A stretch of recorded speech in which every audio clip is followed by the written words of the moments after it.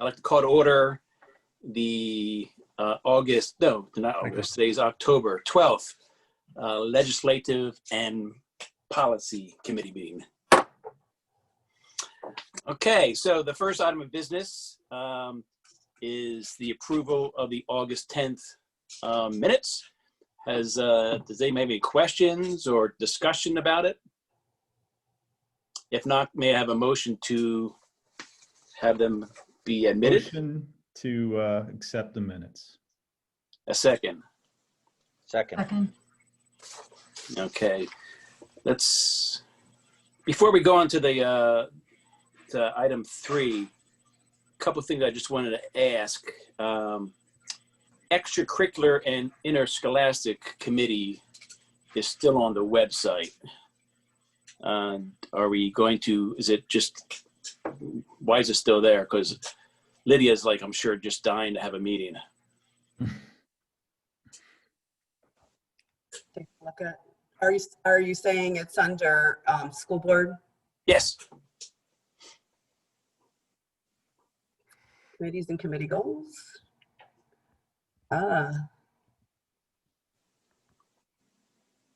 We can get Maria to take that off. All right. I was just going to check things out today. I saw that. I think it's all part of one document there, but we can get that taken off. Okay. And number 2, how was the first day of school? Well, the schools that I visited, and Dr. Soder can chime in, and Dr. Marchini all visited schools today.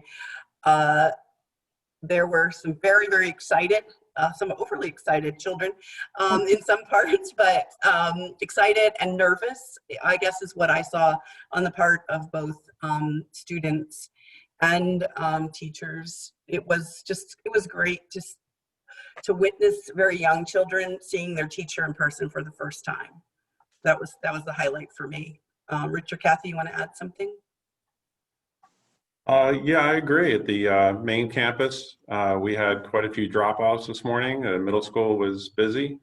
It's, one grade, half the students of one grade, but it was certainly great to see all the kids coming in and excited to get started. Yeah, I would agree, even though it was kind of a dark and rainy morning,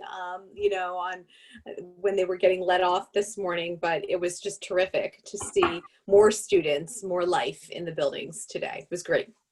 All right. Good job, everybody. Okay. So let's get back to the agenda. Item 3.01. Actually, section 3 is PSB apology. PSBA policy changes. So the PSBA is recommending the implementation of 2 new policies, which we currently do not have. And tonight we're just going to be introduced to those 2 policies. Item 3.01 is policy 833, which is educational equity. Dr. Marchini, do you want to give us a little summary of how that's going to come about? Yeah, the educational equity is a new policy presented by PSBA, and it references the Pennsylvania School Board Association's equity toolkit. And Dr. Lloyd's going to go over that during our pupil services meeting, but I wanted to make sure that the committee saw that there is a policy. The draft that I added to the agenda has a lot of options, decision-making, and as a district, we're going to be working on that. The PSB actually recommends you start the toolkit first, start the action planning, then you start working through the policy. Simply just introduce it to the committee tonight for discussion, questions, but really isn't filled out enough to make any decisions on, and they recommend we don't make a decision on it yet. Okay. Are there any quick questions about that for now? Then we're going to get an updated version later on. Procedurally, so it's got a lot of things in curly braces. The first 3 things that are in curly braces say cultural competency, cultural proficiency, and culturally responsive, and each one has a definition afterwards. I guess I'm confused as to whether we're supposed to include all three or if we're supposed to choose between them. Was that clear to you? Well, the policy is a template that PSBA gave us. We can make it anything we want. Right. You know, so we would certainly go through, make the decisions based on the questions you asked as a committee member, and then what the administration feels and the larger stakeholder group feels. And then, you know, bring it back to you to look at to see if you wanted to include that or not include, et cetera. So they put everything in, and then we pretty much decide how we want that policy to look. Okay. Getting more direction on that, I believe, tomorrow. There's a number of us that are attending the PSBA Equity Summit. And so I believe that this is one of the components of that. Okay, good. Yeah, because that's a lot tougher to distinguish between than, you know, some of these are pretty obvious, like periodically, annually, biannually. Well, you pick one. But those terms, that was just not as clear to me. So, Well, I don't, the way That'll you be read the helpful. definition up above it there, Jennifer. yeah. It's just, what they're saying is these are the definitions in the word we use throughout the policy. If you want to substitute a different word to call cultural proficiency, here's the definition. If you want to call it something else, do that because you do it, but it's not choosing between them. Do you think These all are three? defined terms within the rest of the policy, and it's just calling out that if that's not readily understood or you use other nomenclature or terms of art to describe it, you know, put them in there and use your own words. Yeah. It's Right. in the So for instance, if you, capitalized paragraph right above it. yeah, I read that. I just, so you think we should, like, if we were going to change the term cultural proficiency, it's in brackets to say that we should do like a copy or a find and replace on the rest of the document to make sure we use exactly the same term. That's what that Yes. section's about. Yeah, exactly. Okay. All right. Thank you. Mhm. I forgot to mention, I'm going to first have the committee people ask questions, and then after they have asked questions, I will open it up to the rest of the board, rather. So, anybody else have any questions from the committee? No. Any questions from the rest of the board? Nope. Moving on to item 3.02, policy 146.1, which is a new policy also. Dr. Marchini. This, again, we want to make sure that the board saw that the PSBA recommended that. There are some, again, decisions to make in here.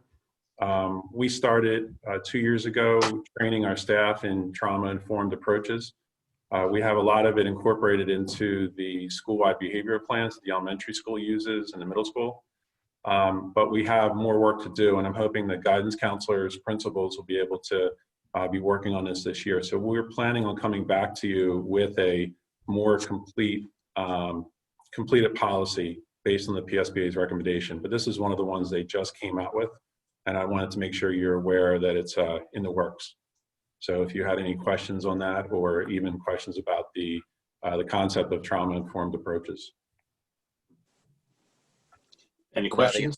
The only thing I would say, Rich, is when the administration goes through this, as a board, we're going to have to consider all of those options. So it'd be great to hear in the recommendations why certain things were included and why certain things weren't, right? So have some positive statements about the things that should be included and some justification if we're not going to include anything, just so we understand the position of the administrative recommendation.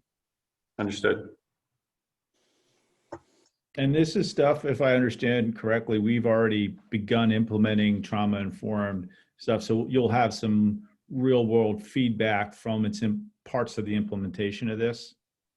Correct. And so, but there are some parts that we have not, we're not ready to implement. So if you look at number 2, for example, it starts on the second page there, where it talks about incorporates restorative practices. That is training that our high school guidance counselors started, and then they had to pause because we went into a pandemic. So we might not be able to include that at this time, but So there are some things here that we have in place, and there's some things that we haven't or are underway. So we'll talk about those. Anyone else? Okay, moving on to item 3.03, policy 111, lesson plans. This is just, it looks like a little update on some of the language. Nothing real major as far as changes are concerned. Any questions from anybody? It seemed pretty straightforward. Yeah, there were 2 things marked optional in the draft. I didn't get a chance to see what they say in the final. So are those? Lesson plans to be prepared on master sheets or timeline templates under guidelines. Right, and then before that, lesson plans shall be completed and submitted in the designated online platforms. So does that, if we put them in, does that force all teachers to do online lessons plans? Is that the effect of that?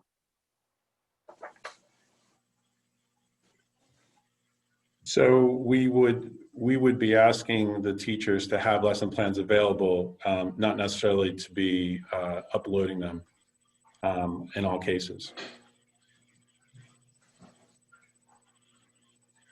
Okay, so I'm looking at the final now to see whether those are included. No, they still say optional even in the final. Yeah, the one optional lesson plan shall be completed and submitted in a designated online platform we would not be choosing that as an option. Okay. And also number 1 under guidelines. Correct. We would not be including that either. Lesson plans may be prepared on master sheets or we would be including that. They can be prepared on online templates, but we wouldn't be having the teachers upload them at this time. What's the purpose of that, Rich, is in terms of not doing it online? Well, they can use the online template, but the idea of having teachers that they have to upload it would be that they're being also reviewed by administrators weekly, bi-weekly, monthly, et cetera. So they have to have them available. They can use whatever source they want to prepare them.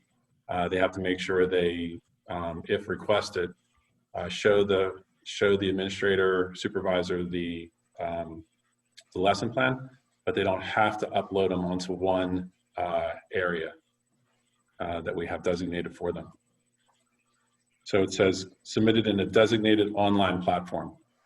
So we would not be asking them to submit them or telling them they have to submit them on the designated online area. They can keep. No, I get that. I'm just asking why. I mean, it seems like that would make sense to wasn't it more efficient to just upload them if some people are going to review them in one platform instead of all over different stuff? We don't require our teachers to submit their lesson plans. That's a step that we take if we would have a concern. Otherwise, we trust their professional judgment. We don't require them to upload them. They may, but we don't require that. So will we fill in that blank line under delegation of responsibility that lesson plans must be prepared at least blank in advance? What's the purpose of the blank? Which one's that, John? I'm sorry. Right under delegation of responsibility. Page 1. Yeah, where it says to facilitate more effective instruction, lesson plans must be prepared at least blank in advance. Are we going to state that in a policy, or how are we going to handle that? We'll have to look to see what that would be and add that in here. Okay. Yeah. So again, looking for an admin recommendation there. Yes, I guess. I'm going to ask Dr. Soter if she would unmute and if she would weigh in here, because I don't want to misspeak, because I would have my principal hat on here. So Right. Our current practice is that those lesson plans are required in advance of the lesson. So they really, a teacher could have them in, for example, on that day in the morning. If we have reason to want lesson plans ahead of time, for example, if a teacher is on a plan of improvement, then that's stipulated in the plan of improvement how far ahead. So it would be typical for lesson plans to be due the Friday before the following week. That's something that we have done before when teachers have been on a plan of improvement.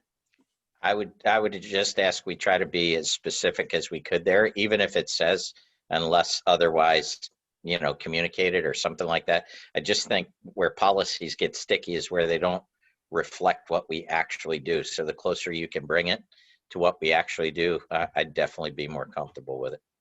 So it sounds like you're saying that the statement would be lesson plans must be prepared in advance of the lesson with no number of days or Unless hours or otherwise minutes communicated. specified? Is that? Yes. Yep, we'll make that change then. Right. Thank you, Dr. Sutter. Then there was some audio going in and out for me earlier, so apologies for coming back to this, but my understanding, just tell me if I'm wrong, is that for those two optional statements, we would not have the first one because it says lesson plans shall be online, and we're not forcing everybody to put them online, but we would keep the guideline that says lesson plans may be online. Is that a good summary? Did I hear it correctly? Yes, Yes. yes, that's Okay. correct. Thank you. Mhm. Do most school districts do it this way, or is this something unique to us that we don't require or don't have it online? This is the third school district that I've worked in, and none of the districts that I've worked in before required teachers to submit them in advance. Some teachers stored them that way so that their colleagues can share them or for ease of access. But all of the districts that I have worked in, we only required the teacher if they were on the plan of improvement to submit them in advance. Probably a bigger problem with lesson plans is really for substitute lesson plans. So school districts tend to have very clear procedures for how to handle substitute or emergency lesson plans. But I would agree with Dr. Lloyd. None of the other school districts that I've worked in required them to be submitted or put in ahead of time. Okay. Of course, it's possible that'll change with 2020, I guess. Well, yeah, I think also the timing, we have a few different platforms right now. Teachers' lesson plans have changed dramatically with some kids in cyber, synchronous, asynchronous. This would be a tough time to, I think, add that onto their plate as well. So for now, we put the May in, and then when it comes around in 3 years, because we're supposed to do everything every 3 years, that's when we look at it again, right? Yep, unless PSBA comes out with an addition before that. Correct. We had reason to revisit it, but Any other questions from the other board members on policy 111? If not, we'll go to policy 203, immunizations and communicable diseases. I did have one question, back to the, Jennifer's questions about optional. On page 2, there was an optional statement about students attending childcare and whether they would be immunized in accordance to the ACIP standards. What are we thinking about in regards to those kids? We ask for those programs that come into our school, they have similar immunization protocols that the district asks for. So they do ask their students who come into our building to have those same ones. Okay, so that would be included then? Yeah. Okay. And that is just so you're aware, there is some small points of contention, but we do handle any kids that are in our buildings. Our nursing staff do handle any situations, even with now COVID symptoms. We've had to, send a couple kids home, check, call parents, etc. So if they're in our building, regardless of the program, the fact that we have a partnership with that organization and/or an agreement that they can use our building, we still do that. And then we also notify if there's any issues, we notify the supervisor of that program. So we've run into that a few times already in the last couple of years. Do we tend to have infants in those programs or primarily school-age children? The school. Yeah. Okay, so if the children that are in these group care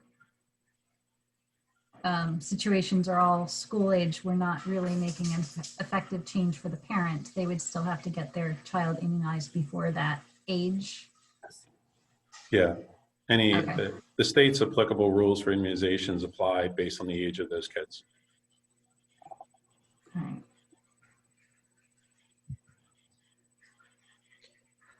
I had another question on page 2 under health records.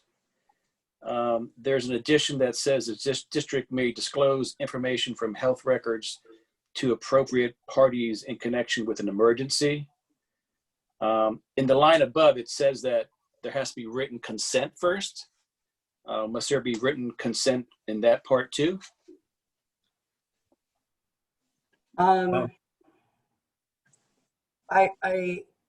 I have to say no, Okay. because I'm thinking of when we've called an ambulance and we print off this information so that it goes along with the student to the hospital. So we don't rely on written consent there, but it's a good point, Dr. John, the way that it reads.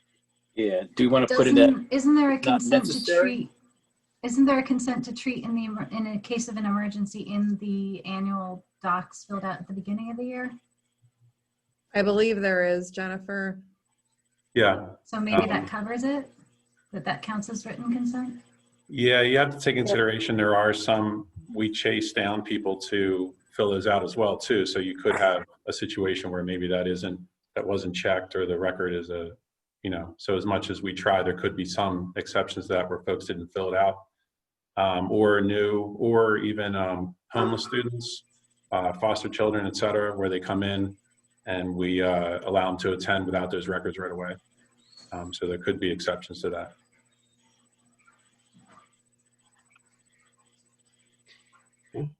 More questions?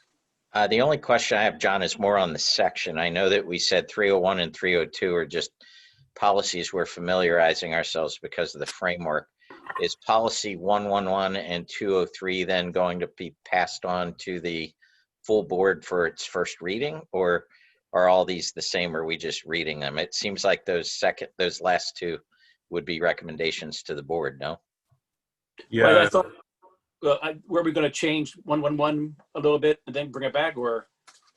So we can change it and bring it back, or we can make the changes that you stated, and you could move that for board approval.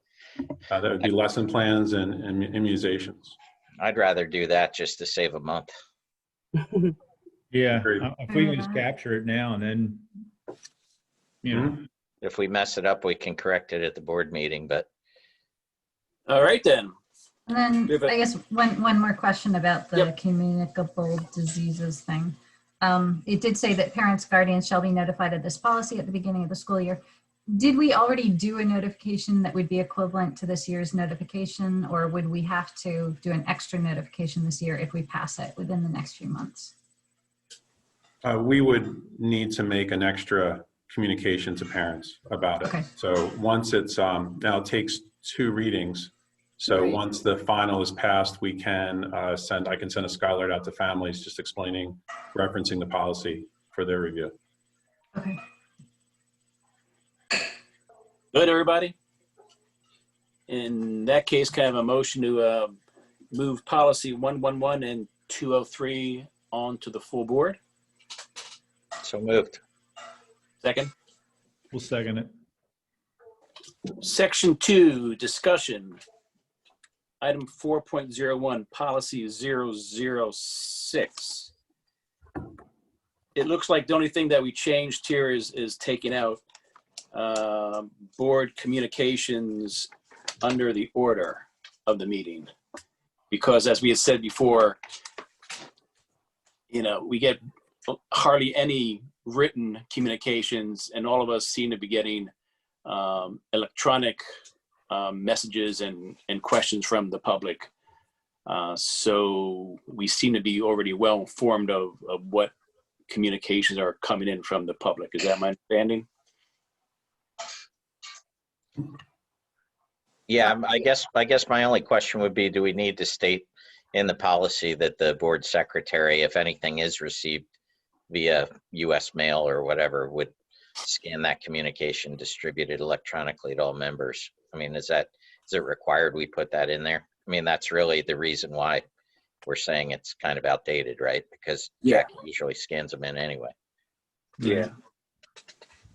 Would it go in this policy or somewhere else? Because that's under regular meetings. And just to be clear, this is for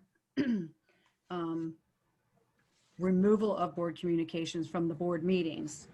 So, As an agenda item, yeah. It's an agenda item, right? Yeah. Oh, okay. I see what you're saying, John. Yep. Just to Yeah. backtrack, the history with this was because board communication usually it's email and it's going directly to the board. This was done in the past because we would get letters that weren't sent to the board, were sent to our board secretary. So the board secretary was relaying it to the board formally.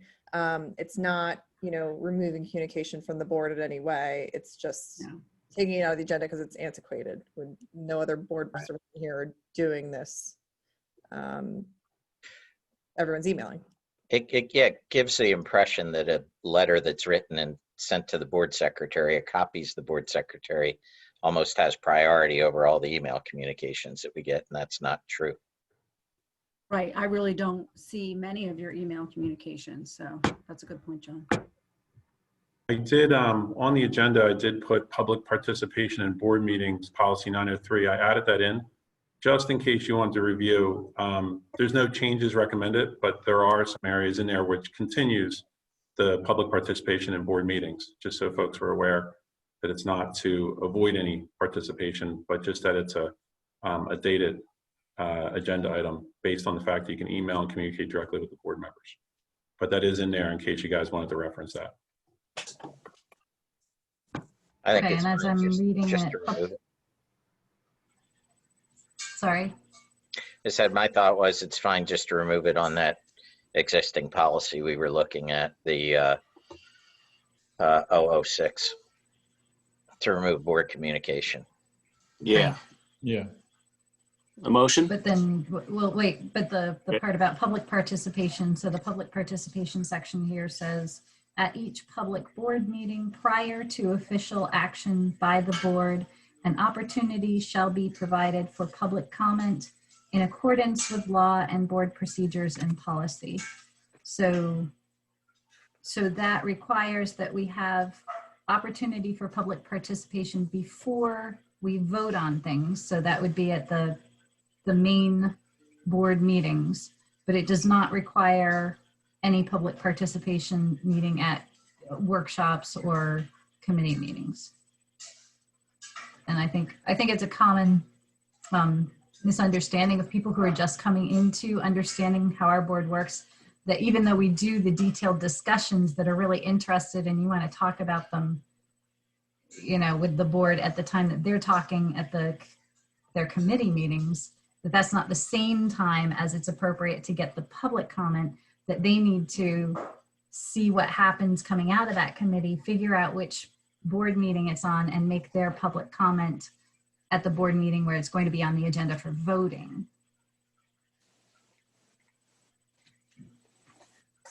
Well, this is only for regular board meetings, right? This policy?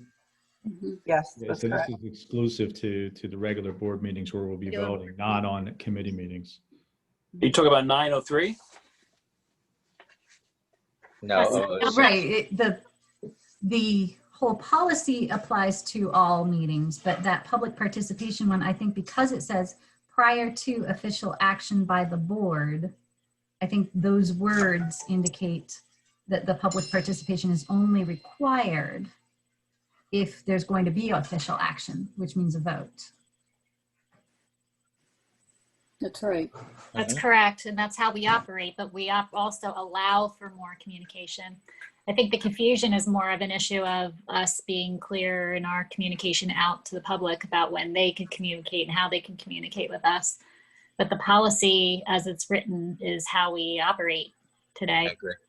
We're just removing that antiquated piece, right? That's What if- correct. Right, That's and I'm not great. suggesting that we make changes. I'm just trying to clarify to make sure that our current board is in agreement with this policy, because we do give opportunity for public participation sometimes at committee meetings.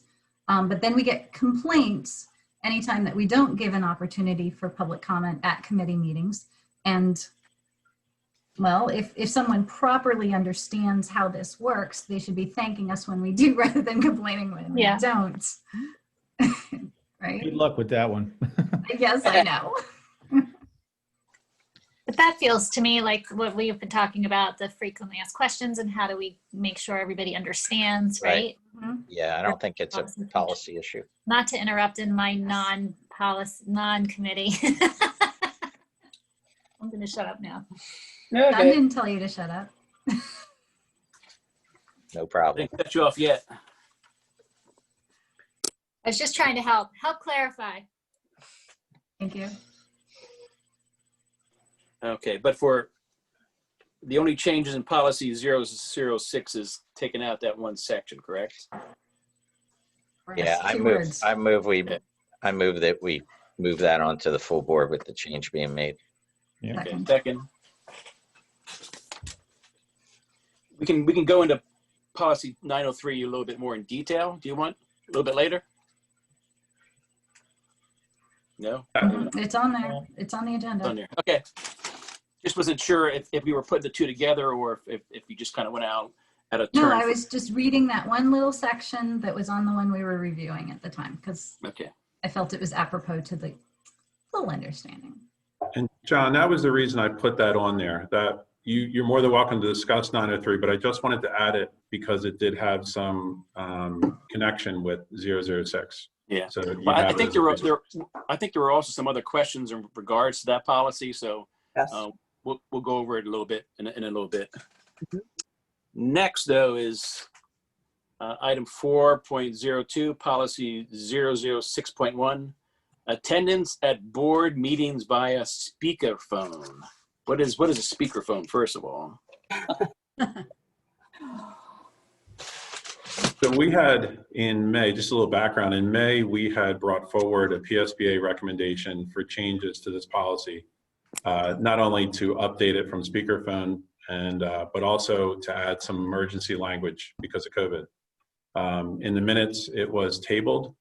And so when this topic came up, I brought it back out to be reviewed again. But I know there's also some thoughts from board members about allowing for Zoom virtual meetings as well. So I put it on there. So I'd like to start us off by proposing that we change the title from attendance at board meetings via speakerphone to via electronic or any other way. but I think we need to broaden the title just to match what we're actually saying here. Yeah. And I think Electronic communications we use below. Right, Yeah. we said through electronic communications. Yeah, and I think we had discussion on this because it said, but only under extraordinary circumstances, about eliminating that language and allowing, Zoom meetings in a regular course of someone's participation in a meeting. I agree with that, Paul. I think the point that we left open was, how many meetings during the year, and these are regular school board meetings, public school board meetings, would we be comfortable? Like I think, John, you had mentioned before, could somebody be elected school director and not show up in person for any of the meetings, assuming that they were held in person? And I think that's I don't know, personally, I believe that we should expand it. I don't know if we should say all of them, but that's kind of the point of discussion, I think. I don't So see if the practical concern if we don't, if someone's traveling or whatever. I mean, I'd be completely I do think open-minded there's a about it. general sense of camaraderie that happens, like if we were actually allowed to be together, which we weren't allowed to be after like 4 months of meeting together, this board. Mhm. There is value, I think, to camaraderie, communication, so on and so forth. So I don't know that I would recommend going, all 12 of the year that we could miss, but I don't know. What's the right number? Yeah. How do you guys feel? Well, at some point, COVID is going to be over, and we're going to be doing these live again with the community. And I don't think we have to make some kind of determination, or else we're going to have the community being there asking questions to 9 television screens. Okay, so I think we need to have some number of board directors there physically, and then also like Paul was alluding to, I don't think allowing people to never show up for a board meeting if they're elected is good either. Mhm. So what is a happy medium, you think?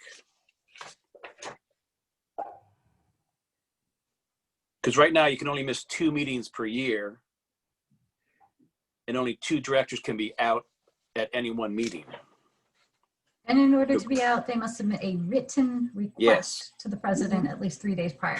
3 days prior. Yeah, and I just, in this age of communication, 3 days prior and Yeah. written is kind of like Pony Express over the Yeah. Rockies. So Yeah. can we do it 1 day prior via email or any other thing, right? Obviously, there are emergencies that pop up, but I don't know. You want to throw out a number, call it 6. You could attend 6, provided that, the board president says, hey, we don't have 8 people out, right? I don't know, how many. I mean, I think there's. Yeah, I think that's right, John. 50% is fine. And we could always amend it if it changes. I don't know that do we need 8 there in person for any reason, or 10? I guess. Maybe a legal issue. Yeah, I don't know. Is there any? I mean, if we're all voting by Zoom, we're all doing it now. As long as we don't trip any legal things. Can I ask what PSBA's standard is here for this? What'd you say, Leslie? What's PSBA's standard? In the past, we should have a quorum of people in the room. A quorum sure. is obviously 5. And that's why that 3-day notice was there, so that there could be a guaranteed quorum of people in place for the business meetings. I think that should be a standard. I don't see anything wrong with holding it to maybe not more than 3 by digital. And I'm talking about the business meetings. We may want to put committee meetings in a different category, that electronic communication would be more acceptable. But I do feel the public would expect to have a quorum at the business voting meetings. That's just how I feel about it. I'd agree with that, Melissa. I just don't know that you need 3 days. Right. Yeah. The president could always say, no, you can't have it. I've already got 3. Obviously, the earlier the better. First come, first serve if you couldn't be there. But if you absolutely couldn't be there because of an emergency or whatever, it would just count as a strike against you for, missing that meeting, I guess. I don't know. Maybe we change it to just like notify. I don't know that we need 3 or 4 people, remote or here really matters if everybody can vote and everybody can participate. I mean, the metric or the test is, can you participate? Can you hear the commentary, and can you engage with the public? And if we're doing that, I don't really have a strong care if there's 5 people in the room or 7 or all of us, that doesn't, so someone has an emergency and say, hey, I can't make it tonight, but I'll make a meeting via Zoom. Like that's fine. Like, I don't have an issue with it, but if we did 50%, and as long as you just give notice that you're not going to be in person. So I would say, what's the timeline to set that up electronically? What's the practical timeline that says, oh, I need to do X, Y, or Z, or Paul San Francisco needs to set it up so that we can make sure that it goes smoothly. That would be the timeline in my mind for notice. The only thing I would say too is it's probably something we need to check with our attorneys. To Melissa's, if we're no longer under emergency conditions, I'm not sure we need to be on this one. What a quorum is, right? There are rules about speaker phones and things like that. We just need to see if it translates. I mean, I think we understand the intent in that with Zoom communication, you have much more ability for 2-way communication and involvement in the meetings. than you did theoretically under speakerphone. We all know what it's like to be on the other end of a speakerphone while there's a meeting going on. But these new electronic communications, they're not even new, showing my age there. They certainly allow for greater flexibility. And I think that's the intent of, we want to make sure this policy is modernized, but we don't want to run afoul of any regulatory issues. My other concern, sorry, I know I'm not on the committee, but at many business meetings, we do recognize students and teachers in person. And I just kind of feel it's important for board members to be there as often as they can for the business meetings. I'd agree. Yep, makes sense. So, John, just to summarize what everybody's sort of saying here, we think that maybe we want to add 1 day's notice. Yes. This would be the voting board meetings only. Yes. Committee meetings could be completely flexible. Yeah. We're talking that a board member would have to attend at least half of the live board meetings, and there would have to be a certain threshold. Let's say 6 board members would have to be present in any given meeting. Yeah, and so I think you want to Sixers remove and that majority. statement of the, extraordinary circumstances, but it just brought to question, if, let's say I can't make a board meeting, do we still have, hey, you can't miss more than 2 meetings a year? We're leaving that alone, right? I thought that was saying it's 6. I thought we just agreed to change both those numbers to 6. Not show up at all. I don't Or- agree with or that. it's I don't think 4 you and should 6 move or 5 and be able to No. miss 6 meetings and still be No, able to I don't either. Okay. I think I don't think so. change it to 6 is for, you could be there virtually for 6, but you can't be absent completely more than 2. Correct. Yes. Yeah, you can be That's the virtual, goal. sorry. You can be virtual for 6. There have to be 6 board members live. The other ones can be virtual, a day's notice, and then change the policy name. I'd recommend that we do a draft of this and bring it back for review. Yes, definitely. Agree with that. Yeah, we've And then we talked can about so many also, changes to do it any other Yeah, way. absolutely. And we can also have Brian Zuber look at that draft and make sure that we're okay. I certainly don't think we'll be out of extraordinary circumstances within the next month or two. We could take our we time. have Yeah. some time. Okay. Yeah, but I do think, to Paul's point, if one person needs to do it, do we actually need to have, but only under extraordinary circumstances? Because then No. we have to No. judge what extraordinary circumstances are. No, that needs to come out. Yeah. Take that, Yeah. right, okay. So yeah, I would agree with that. But as far as right now it says under guidelines, a majority of school directors shall be physically present. So I would change it to 6. I would keep it at a majority. And I would also say that the extraordinary language you might want to keep that in there for times such as this, right? Where we're kind of mandated, or it's highly recommended to meet virtually, or just under the circumstances we're currently in. Like, I don't want to cut off effective communications during a pandemic because we didn't include it in our policy. You know what I mean? But I think it's under the emergency conditions on the end of the page. Okay. All right. I think that's it for like times like now. Good enough. I agree with That's what Rich also- said. We should take another shot at it, but we know where we're trying to head. Yeah, I can take the PSBA recommendations and then make your edits and then bring it back to the committee. Okay. Great. All right, item 4.03, policy 701.1, naming of school facilities. Before we start, I just want to make sure everybody knows we're just kind of talking about the wording of this policy. I know there's some discussions about things going on that will be discussed later on, but right now I think our purpose is to clean up the language of this policy. So, having said that, Yes. Can I hop in? I know I'm not a committee member, or do committee members have something to say first? No, I'm not exactly sure what we're discussing, so any light you can shed on it, Melissa, would be helpful. Okay. Well, we were involved again in a request to name a facility. And what I would like to see cleaned up in policy 701, which is under properties, 701.1, and its regulation 701.1A, is somewhere within either the regulation or the policy. And I'm looking particularly under authority procedure, that I feel the procedure of naming or proposal should be sent, or it should come directly in public at a public meeting. At least it should be sent to both the superintendent and the full board. It's a board decision, and I think the board should be aware that a naming committee is going to operate, and the public should be aware of what the request is.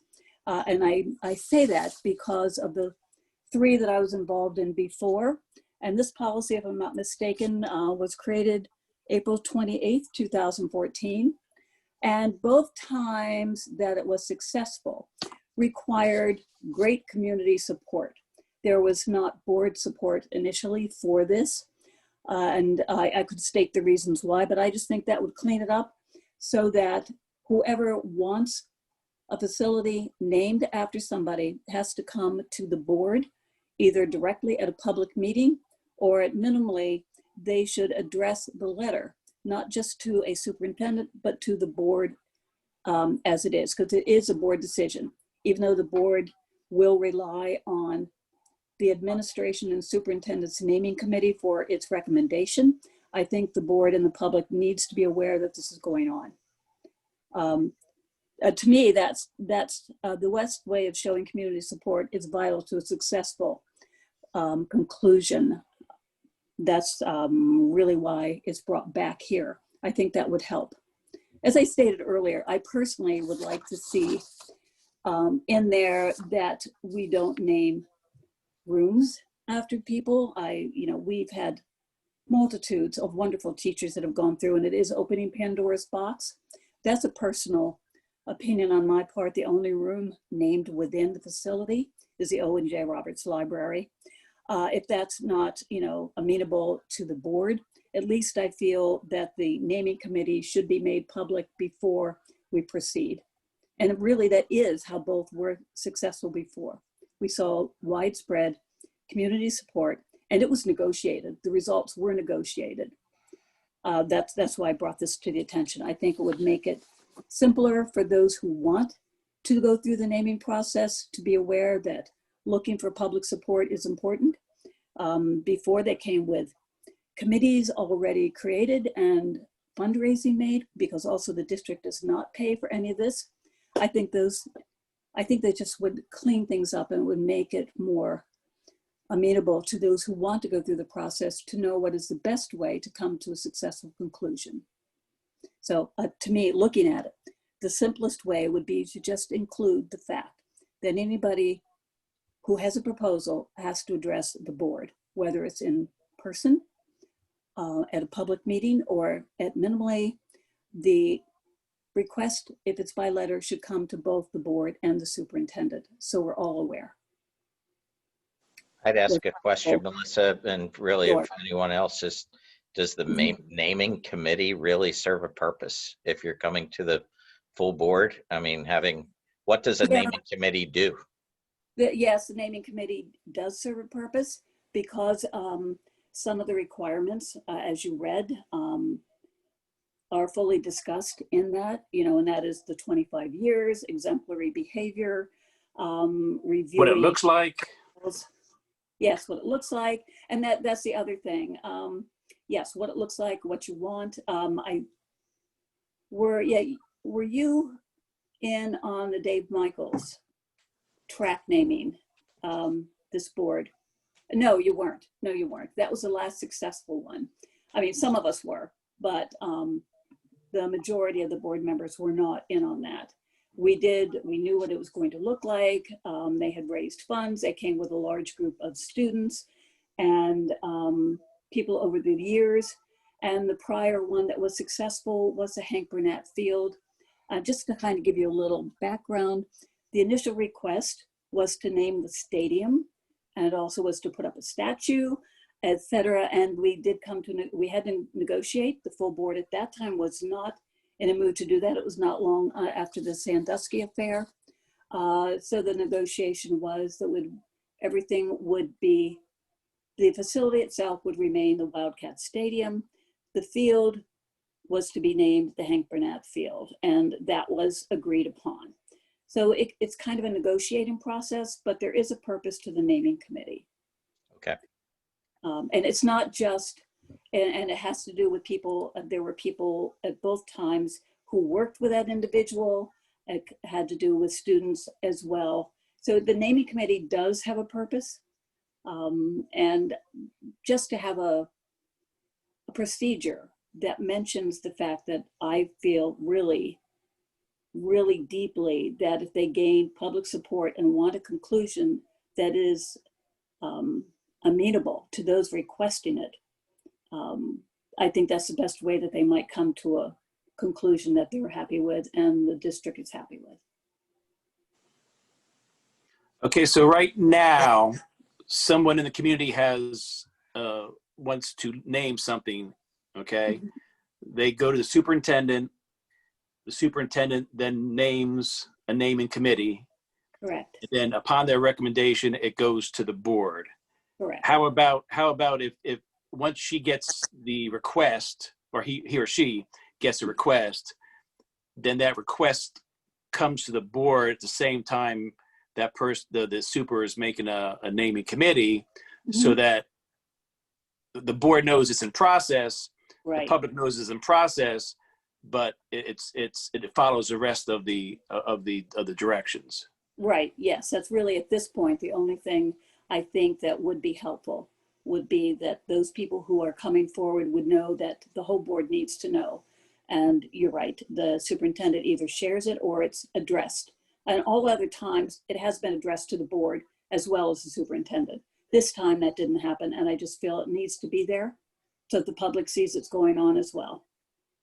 So is it more important that somebody bring it to the board? So like John's example to me sounded like the superintendent would be bringing it, or is it very important to have that component of the people who are in favor of the naming bringing it to the board so that they can voice their opinion of why they think it's right.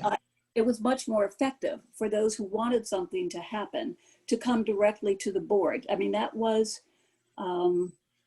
we were notified even before they were going to come, so the board knew they were going to be attending. I think it's more effective for those who want something named to do that than to just write a letter, whether it's to the whole board or shared with the board or to the superintendent. I think it's much more effective for a successful outcome for those who are requesting some kind of honorarium. That's where I am. Okay. I think it's more beneficial to them, and I think it's more beneficial to the district and the board. Well, and conversely, I guess if someone had a proposal, but there was actually a portion of the community that was against the proposal for whatever reason, that would also be to the board's benefit and the naming committee's benefit to have that public presentation so that if anybody is opposed, they would also have a chance to bring it. Exactly, and that's exactly what happened with the Hank Burnett. I mean, most people were very wildly in favor, and I'm not sure would have gone forward at that time and at that time frame. I'm not sure would have gone forward, and it was not a unanimous vote. It was a close vote at that, even after the negotiation. So I think it's only to their benefit to bring it forward as well as the districts to bring it forward. Is there an inventory anywhere of everything we've already named after someone? Right now, it's only, as far as I know, there's nothing within the building other than Owen J. Roberts Library, and there's nothing named after somebody other than the Hank Burnett Field. And to be honest, at the time, you know, it was a Sandusky affair. Everybody felt no big deal. If something comes up, you just take it off, but off the board. That's all it is. And the only other thing is Dave Michaels' entrance to the track. That's it. After a person. We should probably document it somewhere just so we have it. Sure, absolutely. There's no restriction, and we did make suggestions on alternatives. Like we did come up with the result for the Hank Burnett Field, which enough people were agreeable to, And we have made suggestions on other things like creating an athletics wall of honor outside the building, or, I mean, even in this instance, what we're talking about, outside the facility. I mean, you know, you can put up a bench or something like that, but not naming a facility inside the structure. And I think that's how this April 28th, 2014 procedure came about. It was some of these questions started to come forward because there is that Pandora's box. All the teachers that have worked in that building and have really impacted students' lives, it could be very difficult.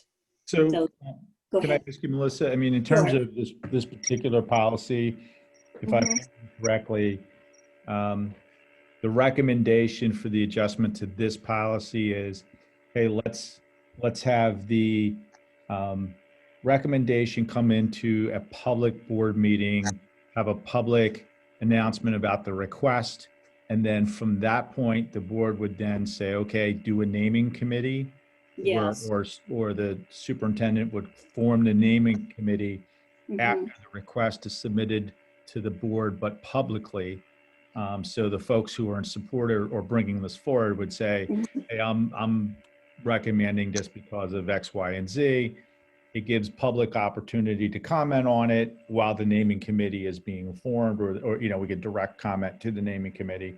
They can decide on all the rest of it as per the policy. So the only sort of change to the policy is just the initial start of the request to name, or for some type Correct. of, if we wanted to name the, you know, Paul Friel Detention Hall, like we could have a public, you know, Yes.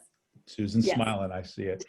So she's in favor already. But yes, if we did that, that's where we can get, Yeah. yeah, I mean, I don't have a problem if we would do that. It kind of makes sense to make it public and to bring it up. Mhm. So what would we need to do to just add that in there to make that amendment and change? So I'm looking at the first sentence under authority procedure. It says prior to formal action by the board, a naming proposal or program shall be referred to a naming advisory committee. So if we put it in there, we could say a naming proposal or program shall be presented publicly to Mhm. To the the board. board. Yep. Yep. Sounds And then good. and then the board will tell the super to get a naming committee. Correct. Yep. Okay. Okay, so I like that. Okay. But Sounds I good. also noticed, Mhm. okay, in the policy, it states that at least one member of the committee shall be a member of the board appointed by the board president. Correct. But in the regulation, it states at least one committee member shall be a current member of B&G. Right. Yes, there is that confusion there. So we And need that's- we Yeah, I need think to we make to straighten them, that out. Mhm. yeah, straighten that out. Yep. I think one of the people on the naming committee should be from B&G. Yeah. So Right. I would be inclined to put the regulation language into the policy language. Yeah, exactly. And that's where I got confused even at the first time because this last one, no member from B&G was involved. And I knew that was a regulation, but then I started reading the Policy. and I Yeah. didn't see it there. So I thought, Yeah. did I really mess up everybody? But no, I think it should be a member of B&G. Okay. Whoever, you know, there are 4 committee people, so there should be a Okay. representative of facilities. Sorry. Do you want to take a shot at getting this policy together, reading it next LMP meeting, then Yeah. moving it on from there? Yeah, I think I have what you're saying, Melissa. Thank you very much. We'll also look at that regulation because there's a procedure in the regulation that just rolls right down. So we might be able to put something very brief in the policy itself, but then change the regulation very easily. Yeah. Okay. We'll bring Well, a draft back. Are both necessary? They seem very overlapping. Um, I believe not so. in, I believe that both are necessary because the regulation actually tells the superintendent all of the steps and all of the guidelines that they're to follow. So I believe so. Okay. Okay. Okay. Yep. Just clean it up and But yeah, we might be able to take out some of the overlapping language and leave more of a distinction there so that you can tell which are the instructions and which are the policy. Yep, we'll work on that. Excellent. Okay. Item 4.04, policy 707, use of school facilities. Now we've discussed this policy a bunch of times, but we have never really put it forward to the full board. So what have people's hang-ups been about this? Is everybody good with the way it is written now, or is there still questions in regards to, you know, some of the requirements? My only question is to the administration, because this was your headache. As I recall the discussion, it came around administration of this, and I know Jackie, you have to deal with a lot of this, and Susan. So what do you guys do here? Yes, I'm not on the committee, but if Jackie is happy with it, I'm happy with the final. We did incorporate some of PSBA's recommendations into the policy. So you're going to see a lot of green in the actual green changes in 707. We did remove the language that was really hard to enforce, where it was saying a certain percentage have to be O&J Roberts. So I feel better about that.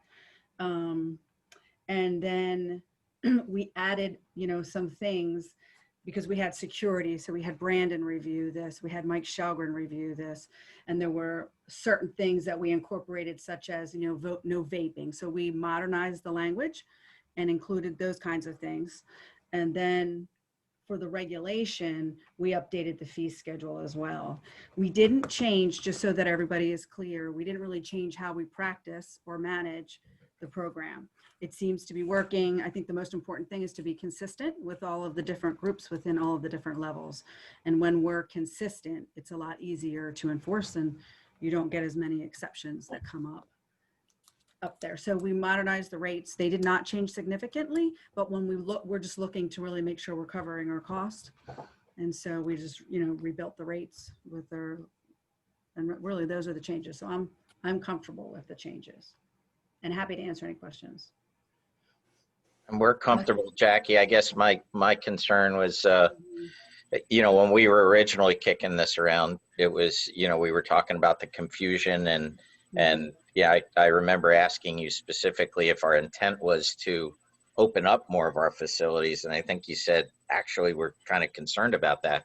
I think COVID has only, you know, kind of made me more concerned about how much we want to be opening up. But it sounds like this is pretty much where we've been. With some cleaning up of the language, correct? Correct, cleaning up of the language.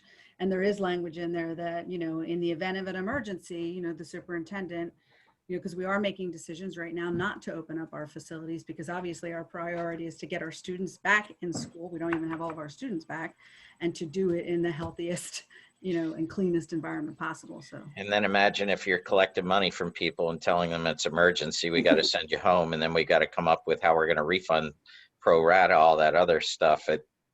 So right. Yeah, I'm with you if you're comfortable with it. I'd look to you for your guidance. Everybody happy?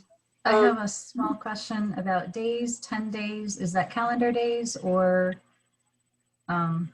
school days? Weekdays? 10 days would be it's calendar days. Some of the issues that we were having, and it's not that we wouldn't, if there's an emergency, that's always different and that's handled separately. But some of the issues that we were having that we were trying to clean up in here was sometimes people would put in a request to use everything and then they would cancel the day before, and then we'd have all this space available that we hadn't assigned to other groups. So we're kind of trying to balance everything with respect to making sure that when people are requesting space, that they're thinking about what their real need is, because we have such heavy demands, especially on our indoor spaces. And could I just get a little bit of clarification around the word facilities? And if this is appropriate for me to get legal counsel on, then I will. But if someone is on the grounds, Mhm. of one of our schools, is that considered a facility, or is it only a facility if it's a building or a structure or an enclosed area? It's really Is if that line drawn? if a group, where we draw the line, if Johnny and his mom want to use our playground on the weekend, we haven't drawn a line there, right? Okay. If somebody wants to walk their dog, we're not saying that you can't do that outside of school hours. It's when an organized group uses our facilities when they're unauthorized, because that opens up, that does open up a can of. So like is the an practice organized field, group- the baseball field, the Yeah. the commonly understood, an organization using it, whether it's inside or outside, but Right. tennis courts if it was like a team. Right. Usually. But it's- mom and dad going over and playing. Right. So if I had, like moms that I like to get together with as a group on Facebook, and I said, hey guys, let's all meet up at such and such a playground, we're going to do chin-ups. Like, would that count as an organized group? No, I we can't have see that not. happening. No. I mean, and we were actually encouraging for families to get out and about in your own space, not congregate with large groups, but Okay. walk, use our facilities. So then my interpretation based on that is that then if my moms, instead of doing chin-ups, started parading around with political action signs, Can't do that. we would not That's the be, problem. well, are we Yeah. violating this policy or not? Because if we're not an organized group and we haven't been granted, You're violating the Permission. politicking policy. Yeah, there's a community use policy that Yeah. prohibits that. Right. And even a PTA, that's an organized group. So they do work Mhm. through our buildings for, like I'm thinking of, parent groups. That is an organized group that works through our buildings for use of facilities. Does that make sense? Yes. Mhm. Yeah. It's good for it. Can I ask a quick question? No. Oh, hello. Hi. Quick question. If it's an organized group that, let's say it's a hate group, we allow them to use our facility?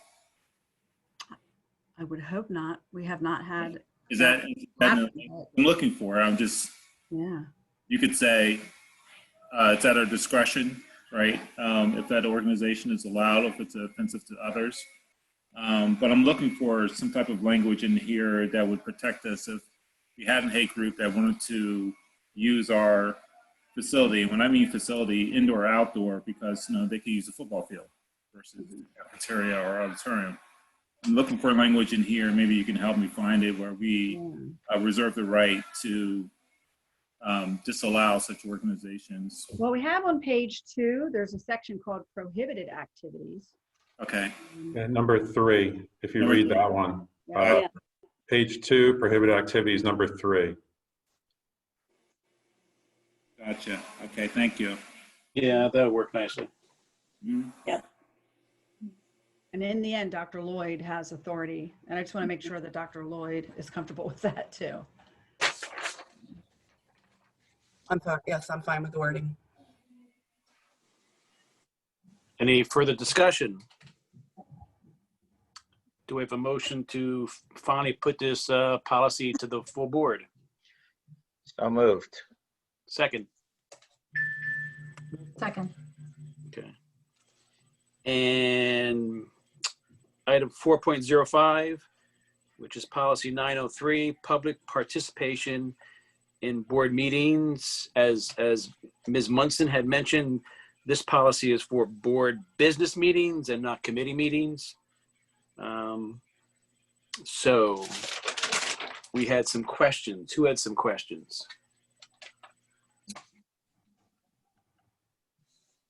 I believe Mrs. Prophet asked for this one to be added on. Madam President. So, hold on.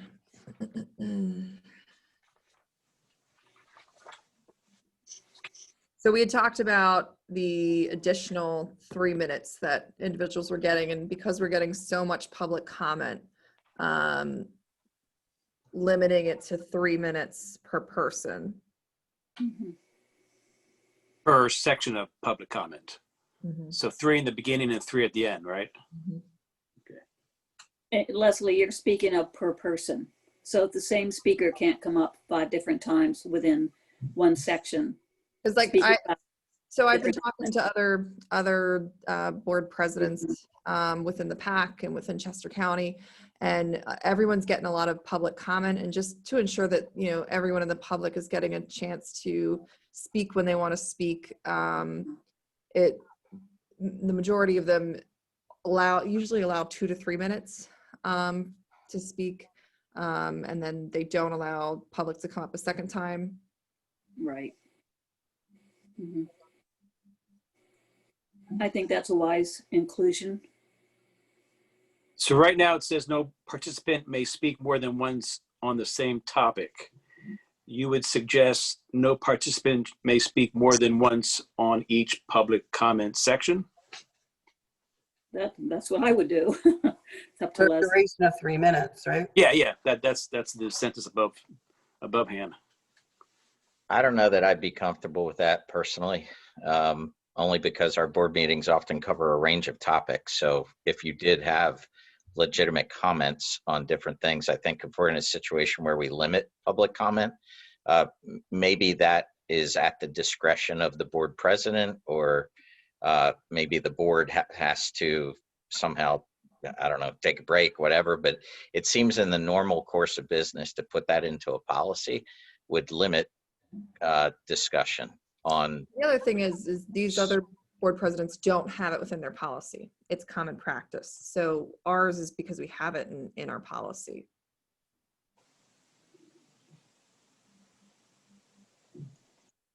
But what would you do? So you have to have public comment at the board meetings, right? If it's not in your policy, They don't limit in their policy. they don't have a limit. It's like practice. Yeah, that's what I'm asking. So if you didn't have it in your policy and, you know, you decided it was going to be 30 seconds and you called that public comment, would they be able to do that? I don't know. There was a time, John, when it was only 1 minute here at O&J, and it was expanded to 3. Mm-hmm. I don't know. I think we've been in extraordinary times, Mm-hmm. Personally. I think in a normal situation, we don't normally have that issue. I just want to make sure everyone can speak, because I feel like these meetings where we have, you know, an hour and a half of public comment, I just want to make sure that everyone has the ability to get in to talk. Well, Yeah. I think that's it is, you know, I think you can limit the total amount of time and ask people, you know, if we know we're going to have a big meeting, like we had, you know, we knew a couple of them when we were talking about going back to school with the COVID, there's 7 or, I mean, we had one meeting with 1,100 people. There's certain, we could say in advance, hey, we're going to limit this to 1 hour and you only get 1 turn, right? I agree with that, Paul.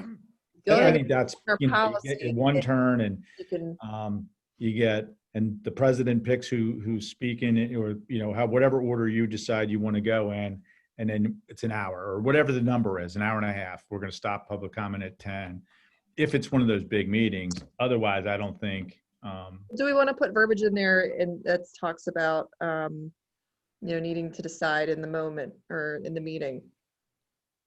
Just as a point of clarification, on page 2 of 3, it has a clause says the presiding officer may, and number E, or letter E, waive these rules with the approval of the board. So you could, the presiding officer could change. Right now it's set for 3 minutes. Everybody can speak once, and you can speak again if everybody has already gone. So you have to get back at the end of the line, kind of thing. But you can waive these rules with the approval of the board. So prior to the meeting, the presiding officer could say to the board, hey, on, you know, this policy, we're only going to allow 1 minute and 1 person at a time. You could do that. I agree with that. So I think, you know, and looking at that, thanks, Rich, because, you know, you look at A too, you know, the presiding officer may interrupt or terminate a participant's statement when the statement's, you know, too lengthy, personally directed, abusive, obscene, irrelevant. So you have some discretion as the presiding officer if need be, right? I think we just gotta use that, you know, and maybe be smart about that if we're in that situation. You know, we got these big meetings, but again, these have been extraordinary times, and generally this just applies to the board, the voting board meetings.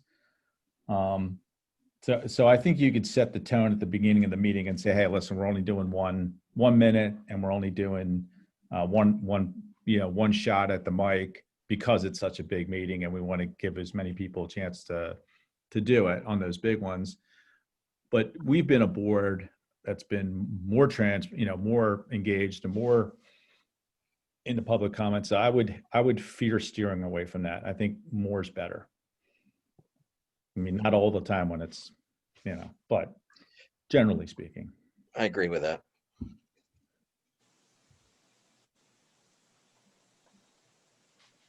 And I think the guidelines, they just apply to the general meetings. I think we sort of use these in our committee meetings, even though they don't apply in the committee meetings. Usually committee meetings, you let them go longer just so they can get their thoughts out or their questions.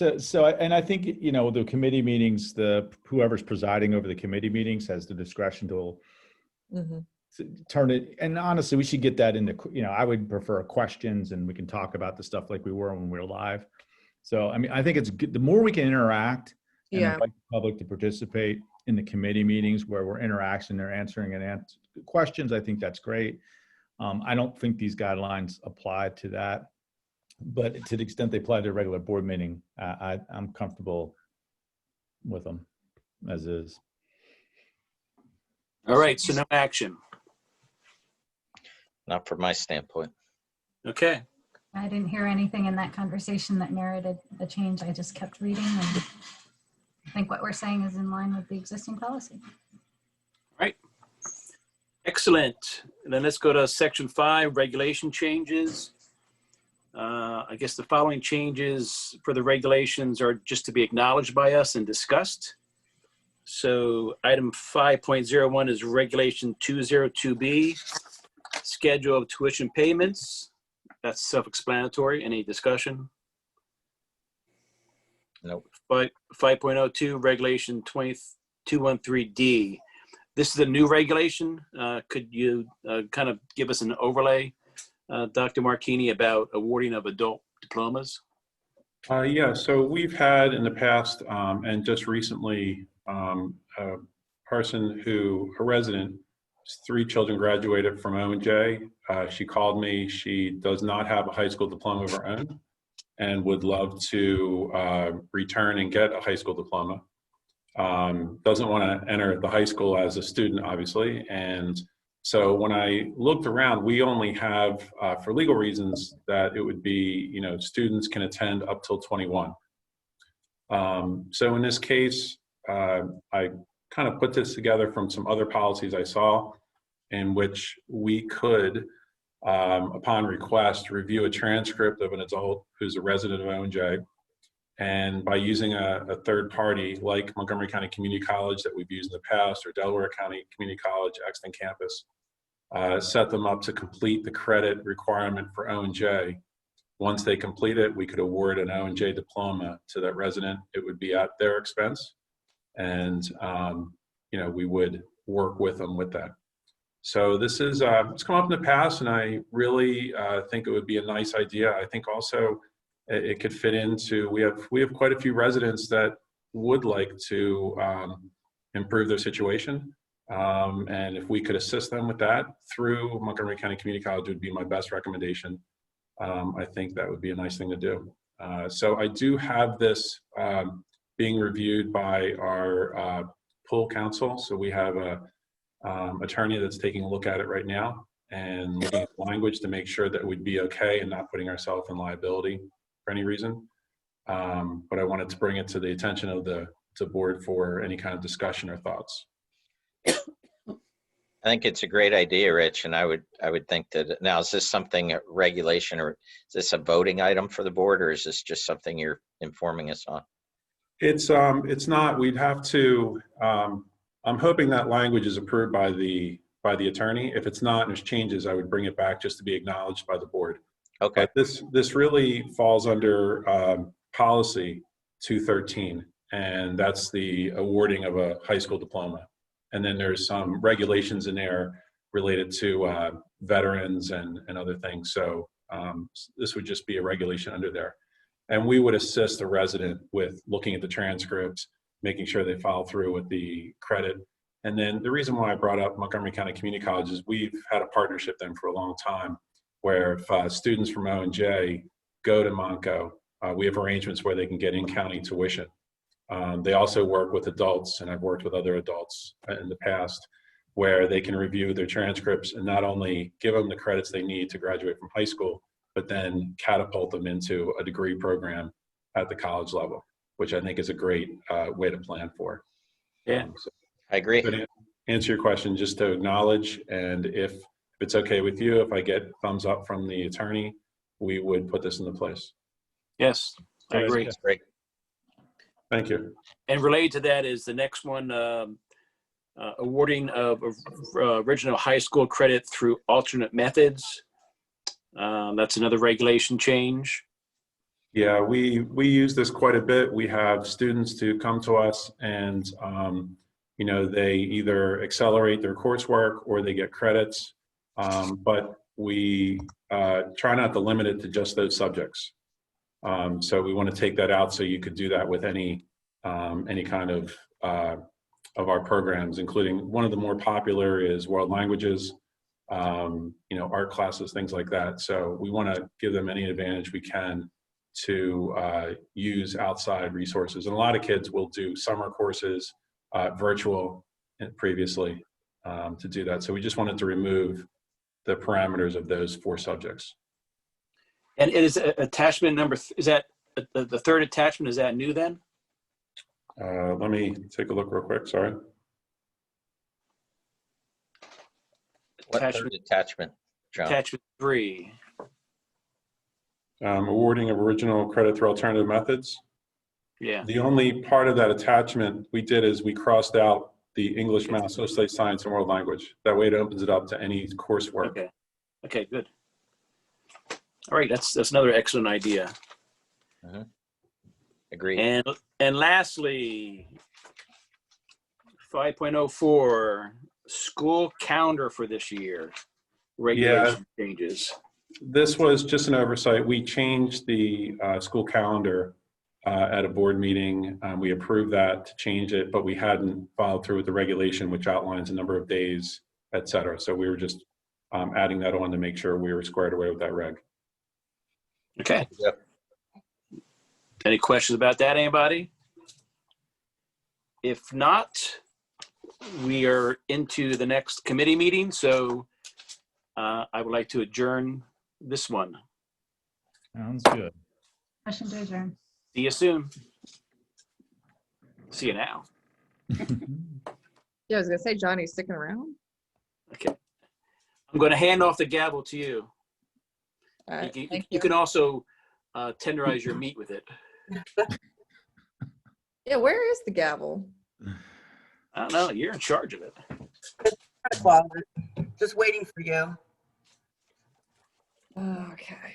All right. We're going to call Pupil Services to order. So this is the Pupil Services Committee with myself as chair, Kathy DiMarino as vice chair. Hi, Kathy. John Melnizak and Jennifer Munson. Where'd Jennifer go? You forgot. Oh, you're muted. Yeah, okay, I'm back. Did you forget?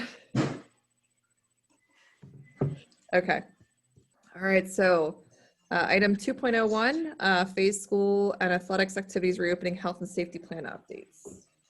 We don't have any updates this month.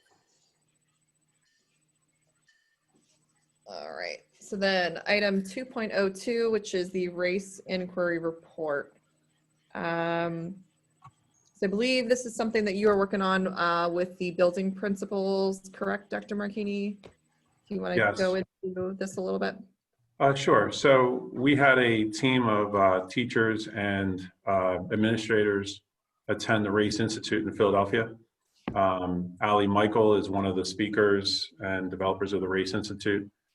They came back, met with Dr. Lloyd and I, and asked if we could start working on this as an initiative. This would be part of, this isn't the only initiative, this would be part of the larger PSBA equity action plan. But basically, the group asked me to see if Allie Michael could speak to us, to members of our staff, and then work through her book, and that's Inquiry and Education. So it's Race and Inquiry and Education. And so what we did is we were able to get her speak to about 45 members of our staff. It was administrators and staff members representing every building in the school, in the district. And she did a 2-hour lecture and also training. We purchased over 60 books of her Race Inquiry, which is her book that was recommended. And then the school teams are starting to organize and get together. And basically, the Inquiry Project is a research project. And they'll, as groups, read the book, talk about different questions they have, how to, address, discuss, and really put initiatives together regarding anti-racism, equity, and diversity. And it's very specific to each individual school too, right? It is. So the great part about this is each team will look at their own setting and come up with research questions. They'll, like a research project, they'll look at hard data of their school setting.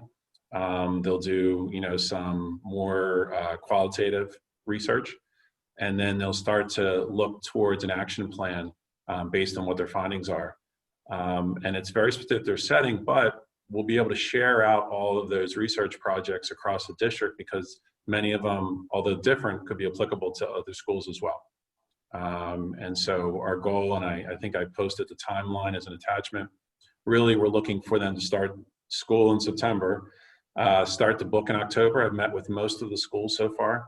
I'll do an inquiry training for their teams, and then they'll start working. We also have North Coventry PTA. We're supposed to be meeting with members of their group this week, and they're going to start a pilot. We have a parent who is going to be doing a culture survey. He's a professor at one of the local universities. So we're going to be meeting with him to start maybe the PTA North Coventry to do a pilot of this inquiry project as well, and then take into consideration some of the expertise of the parent. Hopefully we could see how that goes and then move that into the other schools as well. And, part of this research will definitely include many aspects of the stakeholders, including students, staff, parents, et cetera. But the initial team is right now staff, and I've asked each school to include a parent or two. And at the high school, spoke to the supervisor of the Black Student Union, and we're hoping to have a few, and student council, have a few student inquiry projects going on simultaneously. So I'm hoping to get this work started. We'll probably see as a timeline by December, January, questions, maybe the start of the methodologies for research. And then we have scheduled Allie Michael to come back and sort of debrief with everybody and get questions answered about how they're doing, and then move forward. So it's a slow, we really wanted to focus on these groups getting school started, but it'll be moving along come into December and January, and then we'll have a new action plan set up. Do you think we'll be able to get a touch base on how it's going in December, January?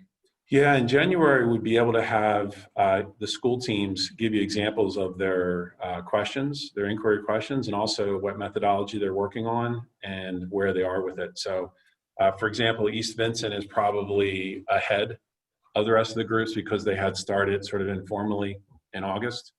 So we'd probably be able to see a pretty good progress from them, but the other schools would probably get most of their inquiry, a report on their inquiry projects in January. Okay, great. Any questions from the committee? Oop, Kathy, you're muted.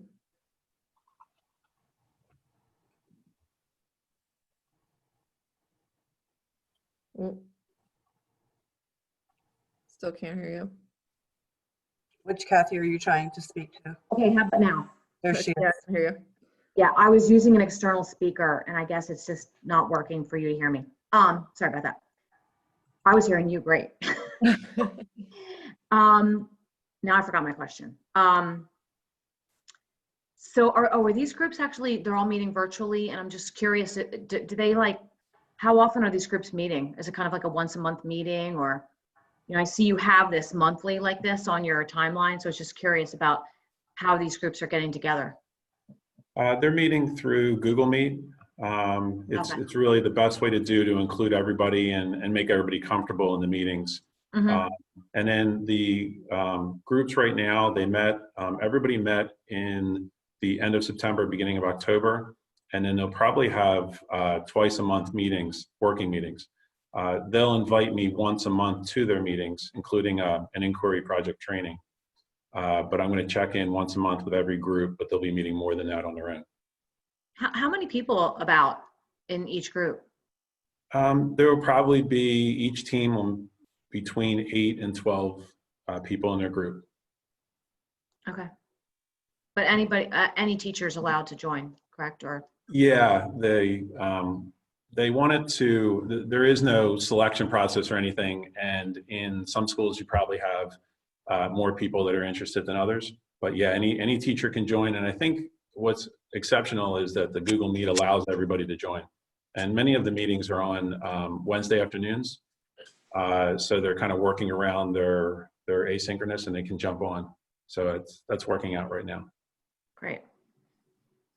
Okay. Yes, I'm interested in the community engagement side of it. So it sounded like you said there is a parent developing a survey, and that would that be the crux of the community involvement? No. Or what is the purpose of the survey? That's part of the next presentation. Okay. You'll be able to get your answers, Jennifer, from the PSBA's Equity Action Plan, where we'll include, part of the action plan is to include more. We just happen to have a group in the PTA from North Coventry, and we have some experts who are, we have one gentleman who's a university professor that is working on a culture survey, and they're going to be getting together to look to see how they could do an inquiry project there as a pilot. Dr. Lloyd's about to talk about the Equity Action Plan, and that's a larger scale inclusion of parents. So what you're saying is that this survey, would that be to teachers, to students? I'm just trying to understand the context of that. I wish I could review it in more depth. All I know is I was invited to a meeting of the North Coventry PTA in which they're going to discuss it. Yeah, Okay. it was exciting to hear that they were interested. So I will be meeting on it this week. Yeah, and I can have more details with it later date. Anyone else from the committee? How about the full board?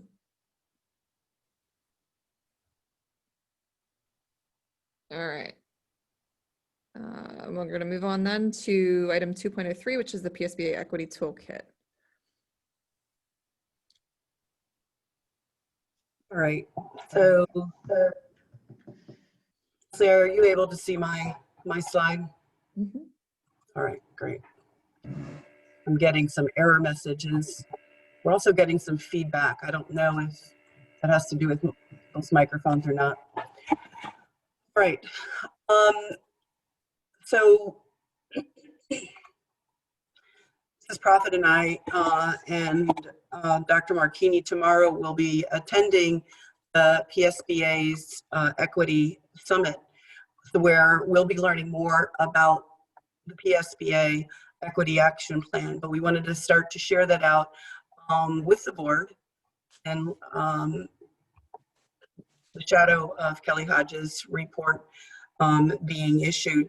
And so the Pennsylvania School Board Association defines equity as a just and fair distribution of resources based upon each individual student's needs. So equitable resources in a school setting includes funding and programs and policies, initiatives, and supports that target each student's unique background and school context to guarantee that all students have equal access to a high quality education. So just so we start off knowing what PSBA, how they're defining equity.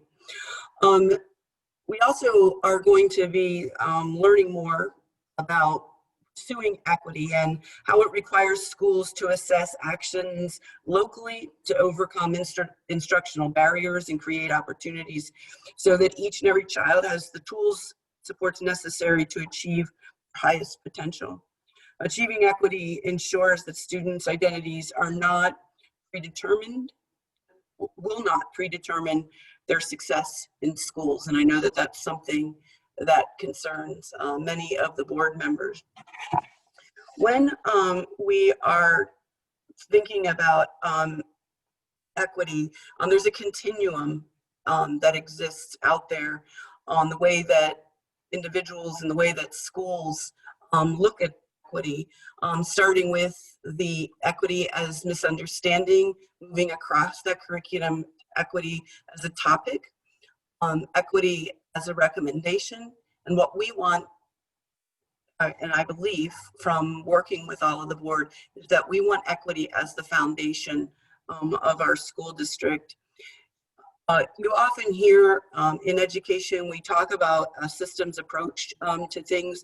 And so these first three approaches understand equity as an emerging need and challenge, whereas the fourth approach acknowledges equity as a necessity to eliminate barriers to opportunities for students to learn.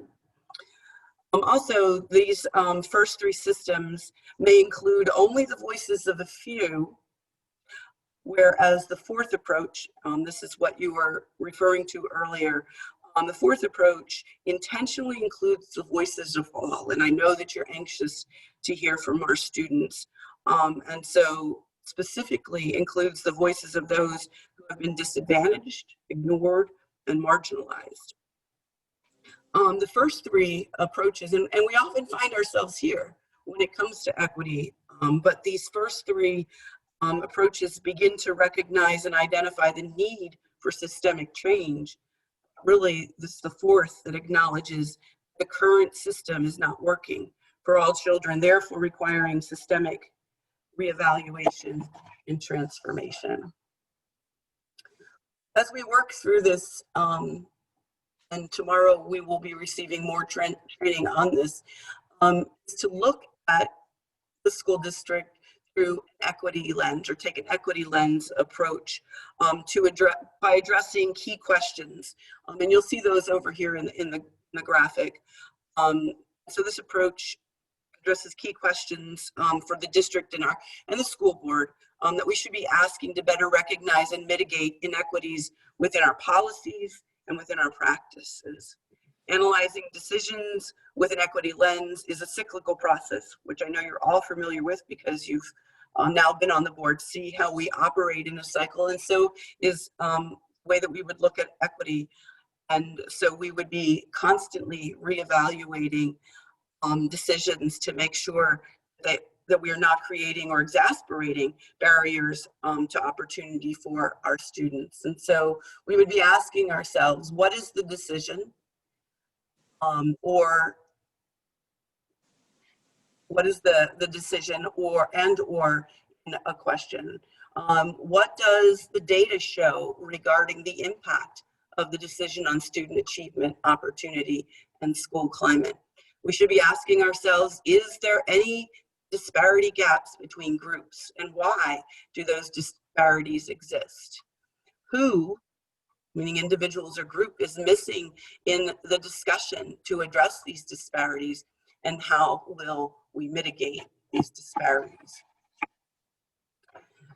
So before we can begin to look at the policy that Dr. Melnizak referenced in the previous meeting, we really need to engage in these 7 activities, the last one being the actual policy piece of this. But it's suggested by PSBA that we dig in and work through and incorporate the other steps into practice for an equity policy to be effective. Equity needs to be understood, acknowledged, shared, and practiced consistently throughout the school community. And I know that we've had many conversations about how we are assuring that we're doing it. And then by doing this, this is going to help us to build capacity in the pursuit and achievement of equity.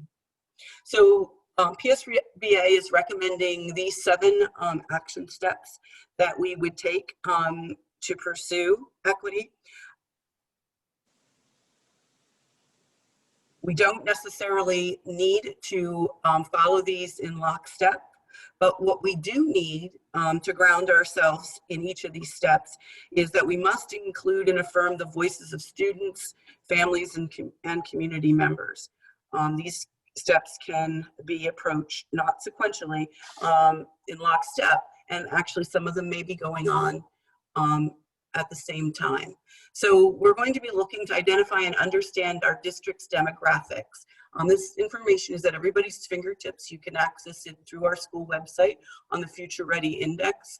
But this year, as we are presenting our data, because it says analyze data, every year Dr. Soder presents to you our student achievement data. This year we won't have student achievement data because our students did not take the Keystones in PSSA. So this is a good time for us to analyze our historical data and for us to be looking at our district's demographics. We're going to need, you heard about PSBA defined equity, but we're going to need to define equity as a school district with our community and with our stakeholders. Then we will set out to embed educational equity training into all levels of professional development. And so you heard how we are embedding that professional development in for our administration and for our staff. We have other opportunities that Mrs. Prophet is aware of through PSBA to do that with the school board. We participated in that one session in August, and so we have other opportunities for the board to participate more. Then we will be pursuing the practice of cultural awareness and competence throughout our school district, really at the very, very beginning stages of all of this. Then we'll get into analyzing our policies and our practices using that equity lens, and then on to developing the action plan and the policy to incorporate this in all of the district's practices. So this is what we are at the beginning phases of. Mrs. Prophet and I will be attending tomorrow's PSBA Equity Summit, where we will be learning more about bringing this to the district and to the board as we move throughout the school year. We've already started the professional development for our administrators and staff and the board, and so now we are ready to start to take on these other steps. All right, I'm going to stop sharing this with everybody because then I'll be able to turn back my video and hopefully stop having technical difficulties on my end. All right, questions? Some of you met Heather Bennett, Dr. Heather Bennett. She's who we worked with in August, and so she will be circling back and providing additional training for the board and helping us with advancing our action plan. So she's also, I forget what her title is. I don't know if she's the equity director for PSBA, but she's going to be doing the equity summit tomorrow as well. So excited to hear more from her. But I think this was with her, it was like a 3-part process. So we did part 1, and I think she can combine 2 and 3, I believe what she said, but we'll be scheduling that as well. I think this summit that will be really interesting, and it's an all-day affair, so we'll be in it all day. Right, and one of the, for those of you that were able to participate in the training, one of the very first places she recommended that we start is to define equity with our community and what that is. And so we'll be bringing together students and parents and community members and staff to begin that process. Yeah, it was funny. I think Carl and I had started that first conversation with her about an equity policy, and she's like, you have to define it first. So backtrack, start at step 1. So we'll begin with the what PSBA says, and then we'll grow it from there. Mm-hmm. All right, that's all that I have. So what support do you need from us? I will tell you after tomorrow. Okay. After we get to participate in this summit, I think that we will have a better idea of what we're going to need for the whole board. So we'll be able to flesh out this a little bit more. Dr. Lloyd Clifford, are we are non-committee members allowed to ask questions? Absolutely. Okay, I had a quick, I guess it's a question because you haven't attended yet, but I just want to know what our happy place is. Like, what's our end goal? What's our end state look like, and what outputs can we expect from going through this program? Well, and I think that we have to ask, that's what the board, we as a board, or a team of 10 need to ask ourselves is, what is it that we as a board would like to see? But I think that once we listen to these other voices, that may change our opinion about what we want. I think, my observations, I have only been doing this job for not quite 3 years yet, and this is an area that we really haven't paid a lot of attention to. We have done some things curricularly, but we have not really addressed this culturally. We see we have our Black Student Union that popped up out of a need that our teachers were seeing and administrators were seeing at the high school, and we have a social justice group that has popped up at the middle school as a need that they're seeing over there. But I think we should be having more of a combined effort, and that's not because we brought voices together. That's just students and teachers and administrators recommending a need. Dr. Lloyd, do you expect to give us an update, next Monday or for the next pupil services? I would think that Mrs. Prophet or I will be reporting out, actually might both report out at the school board meeting so that all of you can hear what we learned and have a better idea of how we now take their recommendations and apply them. Like, where do we start?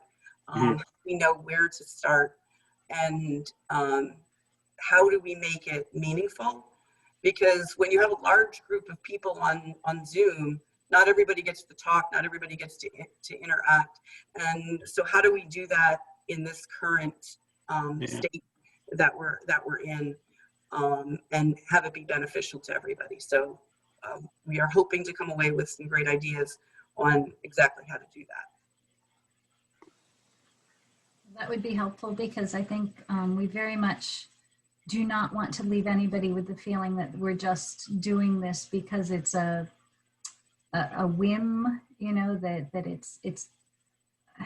we really want the community to understand that we are, trying to live by the OJR principles, doing the right thing, and that this just isn't just about promoting things that are fashionable to do in 2020, that it really is about promoting the student safety for the rest of time for all of the students that attend, and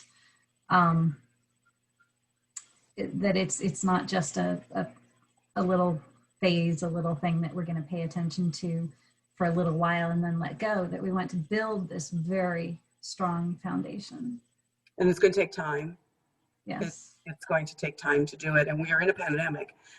So finding time to do things is somewhat challenging right now, because just opening the school is taking all of the attention that we need. But this is, I think, an area that has, I don't know if the right word is neglected, but we certainly have not given it the attention that it deserves. And our school district is becoming more and more diverse. And part of this work is how we are going to attract more diversity into our school district. So there's many components to this. And so where do we start? And that's really our answer tomorrow that we are seeking when we attend the summit, is how do we start? We have a very caring and committed school board, but but we do need some direction for sure. One thing that was It the other thing we seems talked to about me- is this is going to be, sorry, this is going to be a multi-year Yes. goal for us. And it's not that we're not going to put a lot of effort into this year. We're actually we're putting a lot of work into this year, but we're not going to just stop the next year. We're going to keep going. We're going to keep building and keep working on this. That's why I like looking through everything through the equity lens, because as you're starting to see, as you're on the board for longer period of time, that what we do is very cyclical. And so you can't look at it all at one time. We very much have to look at it in cycles. As we move into our budget cycle, as we move into curriculum review cycles, those are exactly what they're referring to.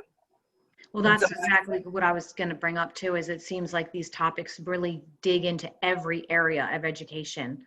So, the curriculum, this isn't just a pupil services project. This kind of is basically, involved. We're all involved in every portion of this. So yeah, I think that every school board member and every committee needs to be focusing on what their contribution into making sure that all students have an opportunity to learn equally, and that's never going to end. That's going to be forever.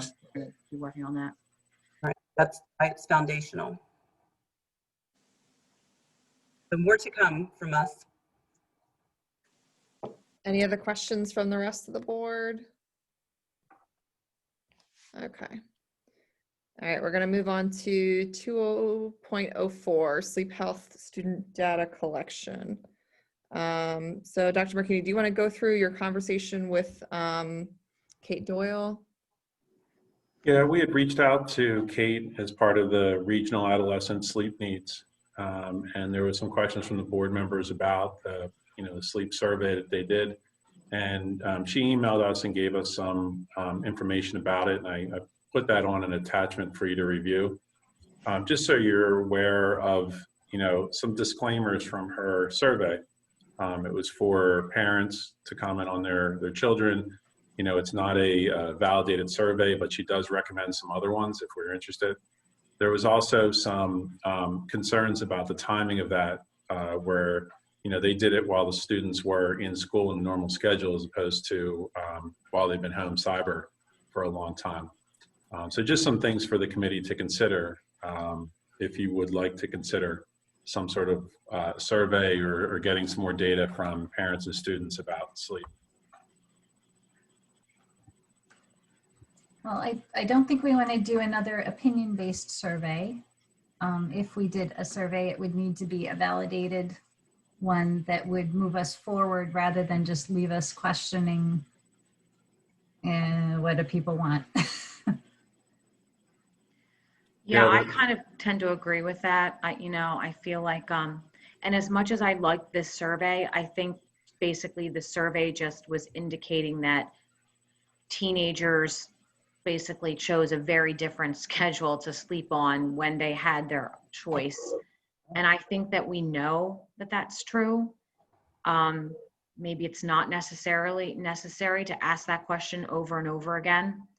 But I do think that we're now at a point that is incredibly interesting to me because we have, when we looked at what we were doing before this pandemic started, we basically were looking at trying to get the community to come together and find solutions to make sure that teenagers could get enough sleep, because they don't sleep at the schedule that the high school operates on if they, normally. That's just not normal teenage behavior. But now we, one of our major roadblocks, we had two major roadblocks as far as I'm concerned, and that was the community had been rooted in a different type of schedule.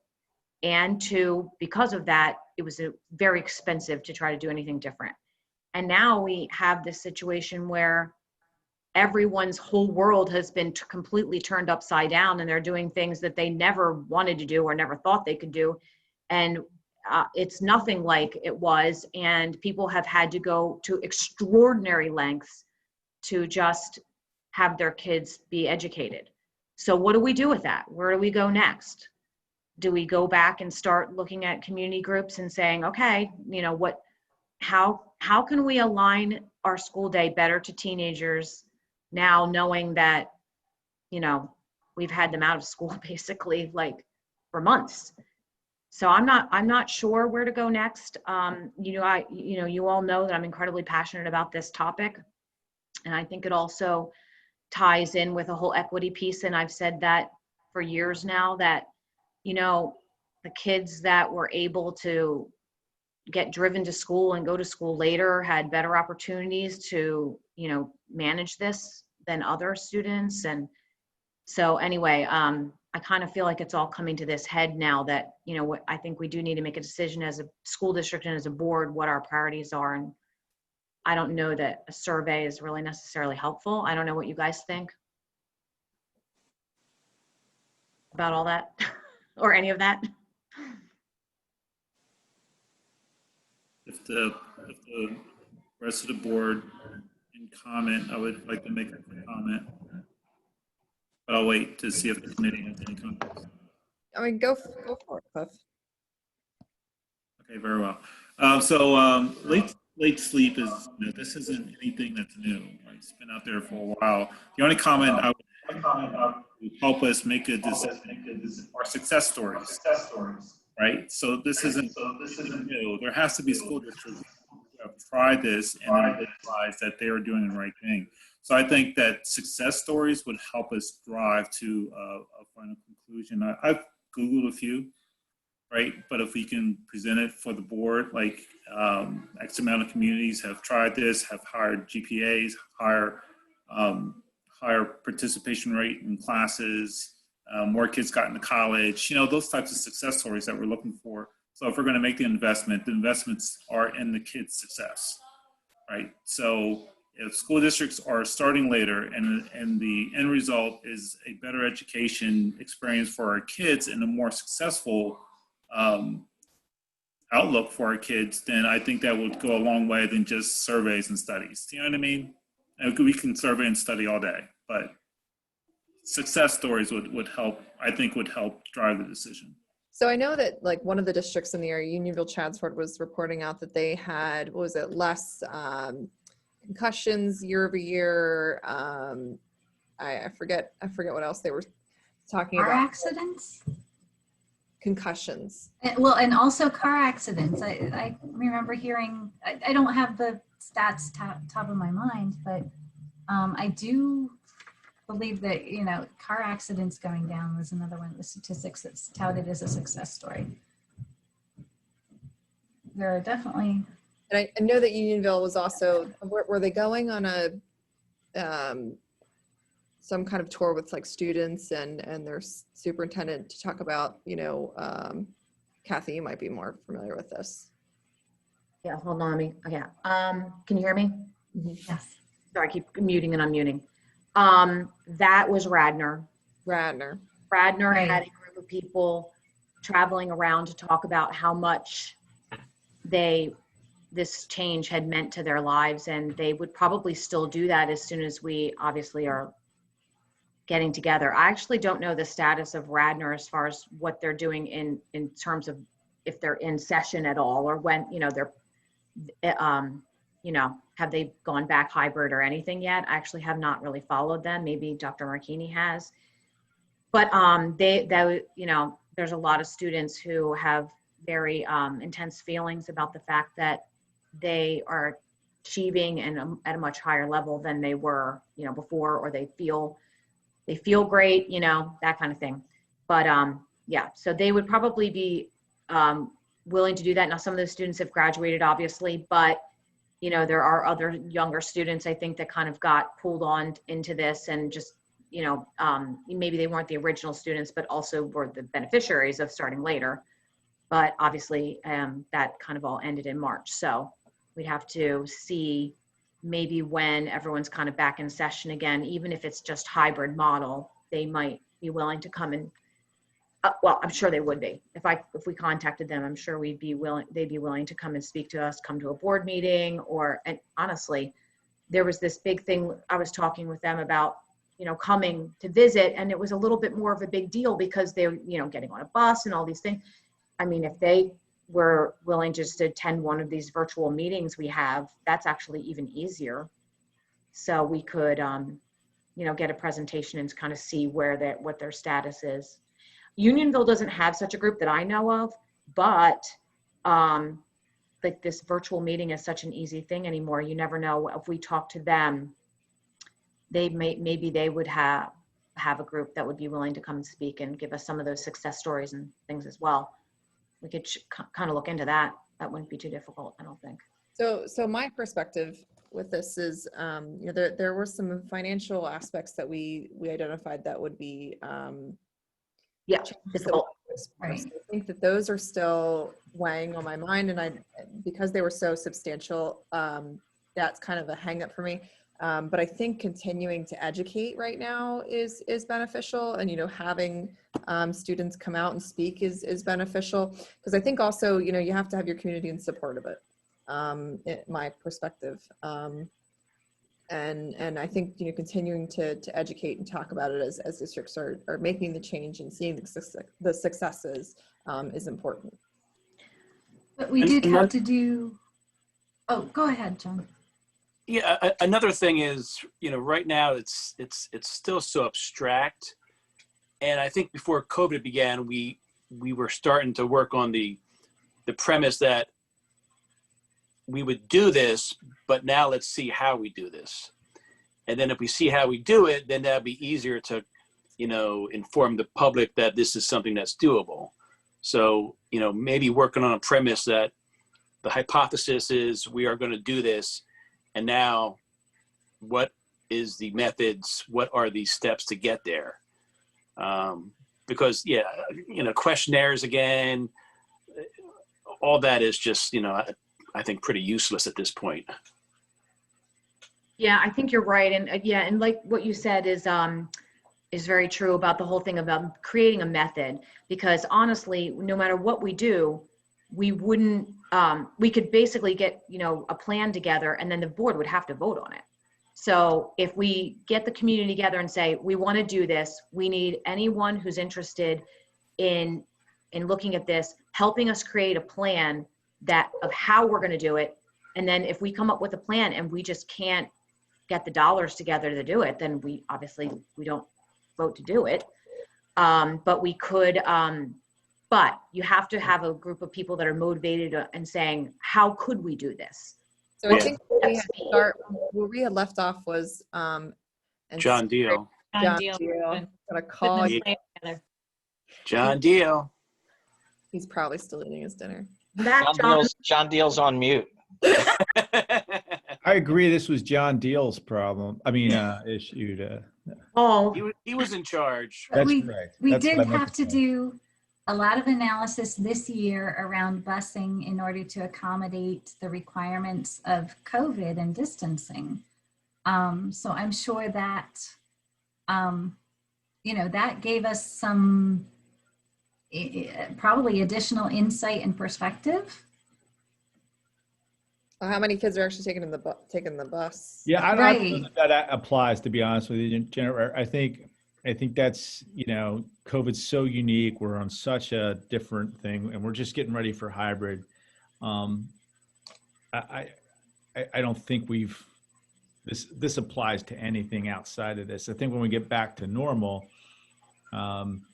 which, you know, hopefully it's soon. Yeah, well, Paul, I think you're right. I think one of the hangups is that if we start a school later, we run into a conflict of traffic, right? And then we were going to do a traffic study. But Paul, to your point, normal after COVID may look different than normal before COVID, right? I mean, there are a lot of companies talking about their employees, or they're finding their employees are actually more successful working from home than they are going to the office. So we may see a change in which people are not going to work as much physically, right, in the building as they were before. We haven't done a traffic survey, but I know that there was some issues in the school district where they changed the time and it ended up only being like a 10-minute difference because the school buses were sitting in traffic because everybody was competing on a road. But that was pre-COVID. I don't know what it's going to look like after after COVID's over. So we may have a better chance of putting school time back and not having traffic as a deterrent. Yeah, it might be less, to your point, Cliff. I think you're right. It might actually create the opportunity to do this with less impact. So, but we just don't know. There's so many unknowns in this. It's hard. And I know our staff and teachers are just, today was the first day of hybrid, and we spent 30 days learning how to do virtual. We're going to spend the next few days, few days. I'm sure it's going to take weeks to get used to managing a classroom and a virtual classroom at the same time. So, big thumbs up to our teachers who are doing this week, and thank you. But there's a lot to go on, and I think we're going to learn a lot over this course of this year that may to Kathy's point, really help us inform, like, how do we, let's get some people to think about how do we do this, and what does the plan look like for real, and then bring that back to the board. I do though think we do need some data collection, because it's not about doing a survey. I don't think we need any opinions.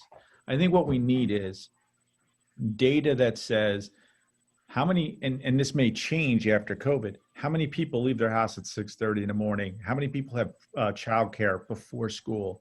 How much childcare would be impacted before and after school, depending on, what our assumptions are in this plan.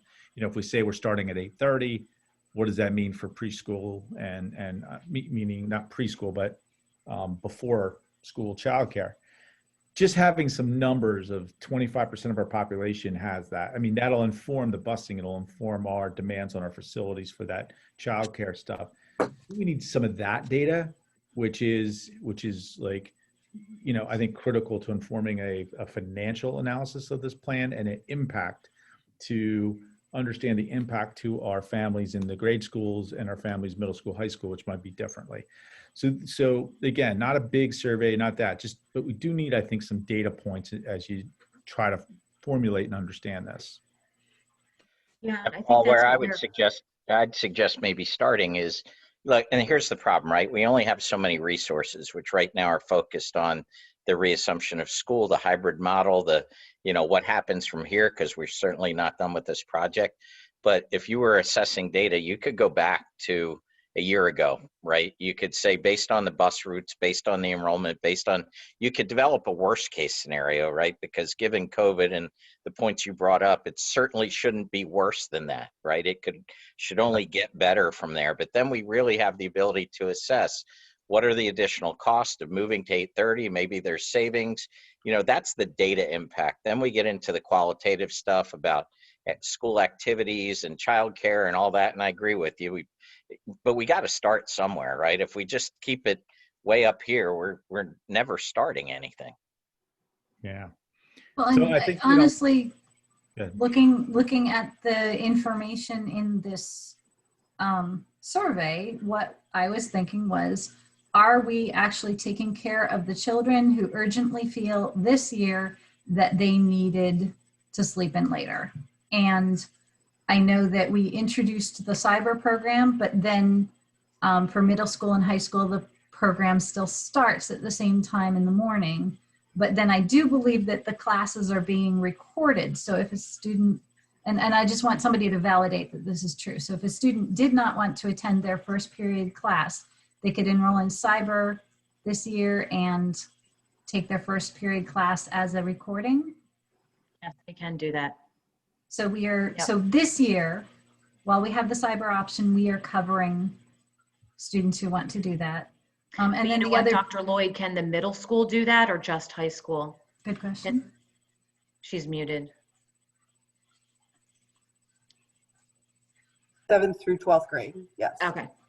And that is the key demographic that we're concerned about for sleeping, or needing the later start time, is the 7th through 12th grade. And then the other piece that was surveyed in here was, what is the latest time assignments are due? And I honestly can't remember what the answer was. I remember discussing this before, but I don't remember the answer. We talked about 11:59 p.m. Right, so that's a no cost item. Can we just move up the time that the latest assignments are due to support students getting to sleep before midnight?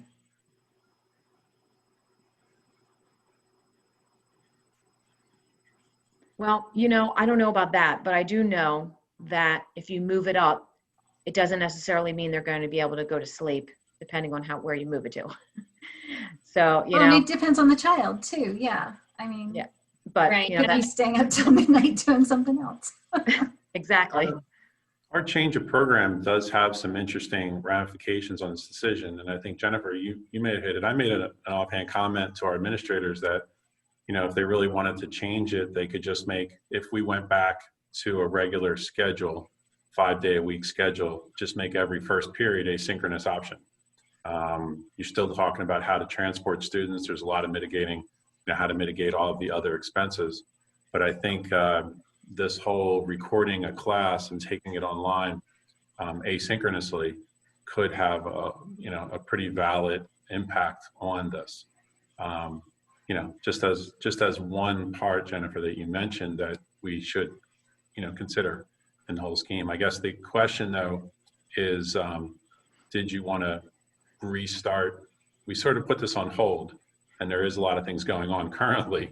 But did you want to restart this or put it on the agenda to discuss more? I mean, what kind of action items do you want to have a takeaway from this meeting? I personally feel like we need to restart the discussion, but I think that maybe like next week is too soon. I really do think that kids need to be back in school and having some sort of normalcy before we're going to get any valuable information on how to move forward. Like right now, kids, are just starting to go back to school only 2 times a week. So, and there's a lot of moving parts and just making sure that we're having that. So I would be in favor of reinstating John. Are you still there, John Deal? As project leader to work on this, but maybe we're working on it a little differently than we were because of the changes that have happened in everyone's lives. So maybe it looks a little bit different, but I definitely think there needs to be, as both John and Paul said, there needs to be some sort of head kind of like management of how to do it, and then there needs to be some people in the trenches kind of digging up numbers and really getting into the nitty-gritty of like, what's this going to mean for people's lives and how do we get the information we need to make sure it's successful and all that. So From a public policy standpoint, I think we have an obligation to all children to do it sometime within the next 10, 20 years, some big, large time frame.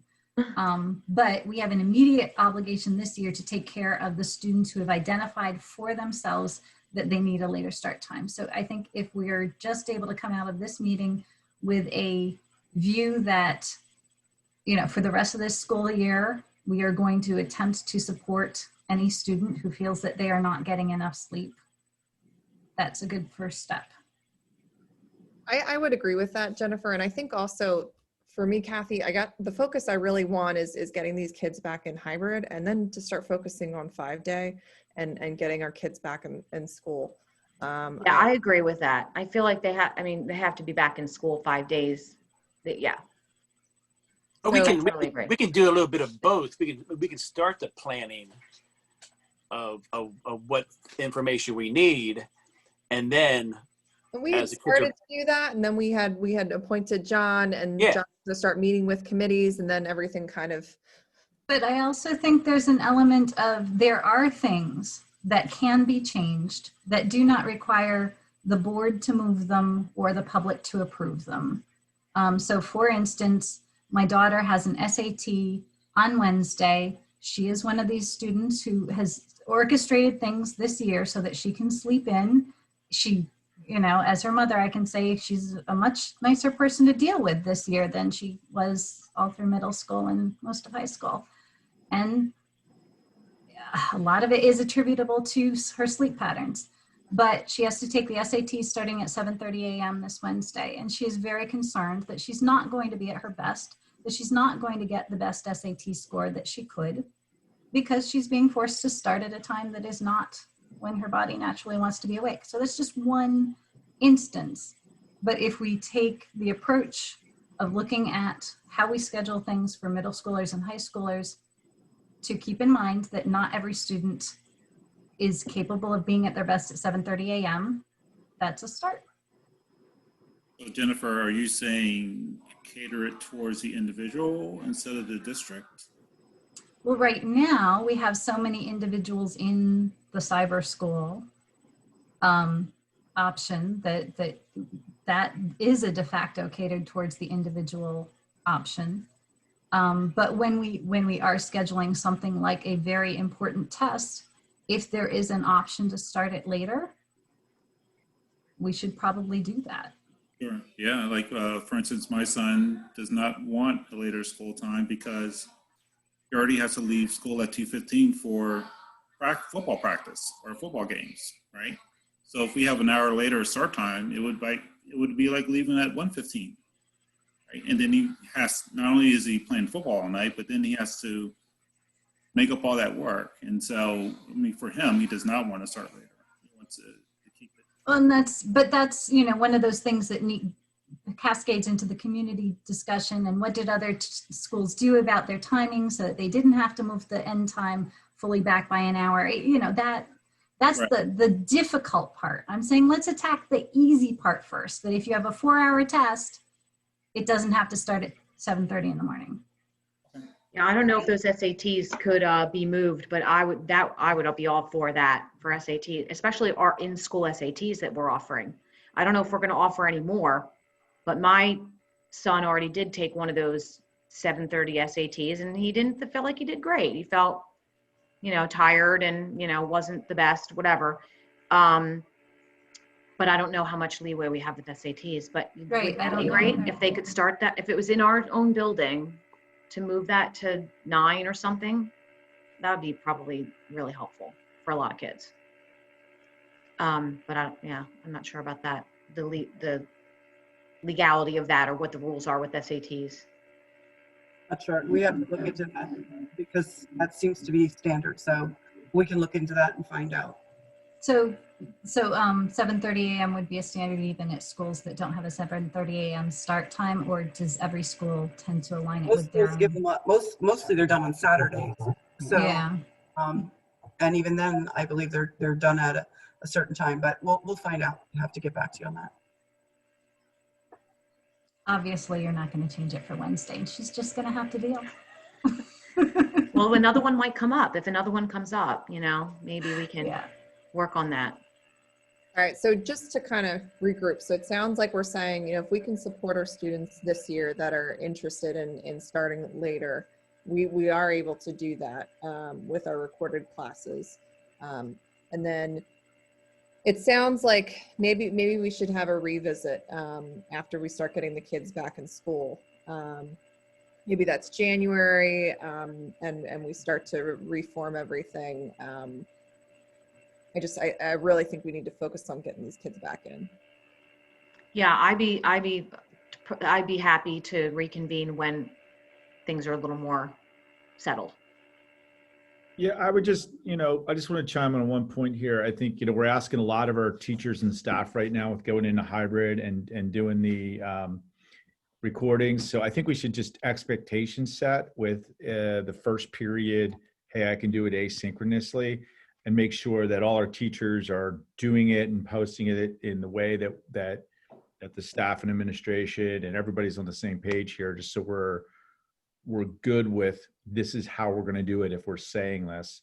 And I think we're about to jump into the next 30 days of an experiment, which is hybrid. And let's give everybody a little bit of a time to adjust to that hybrid scenario where you're going to do classroom management and have online management. So I'd say let's just give everybody a little bit like a 30-day window to adjust to that before we throw more at them. But then I think, hey, let's revisit and see what we can accommodate.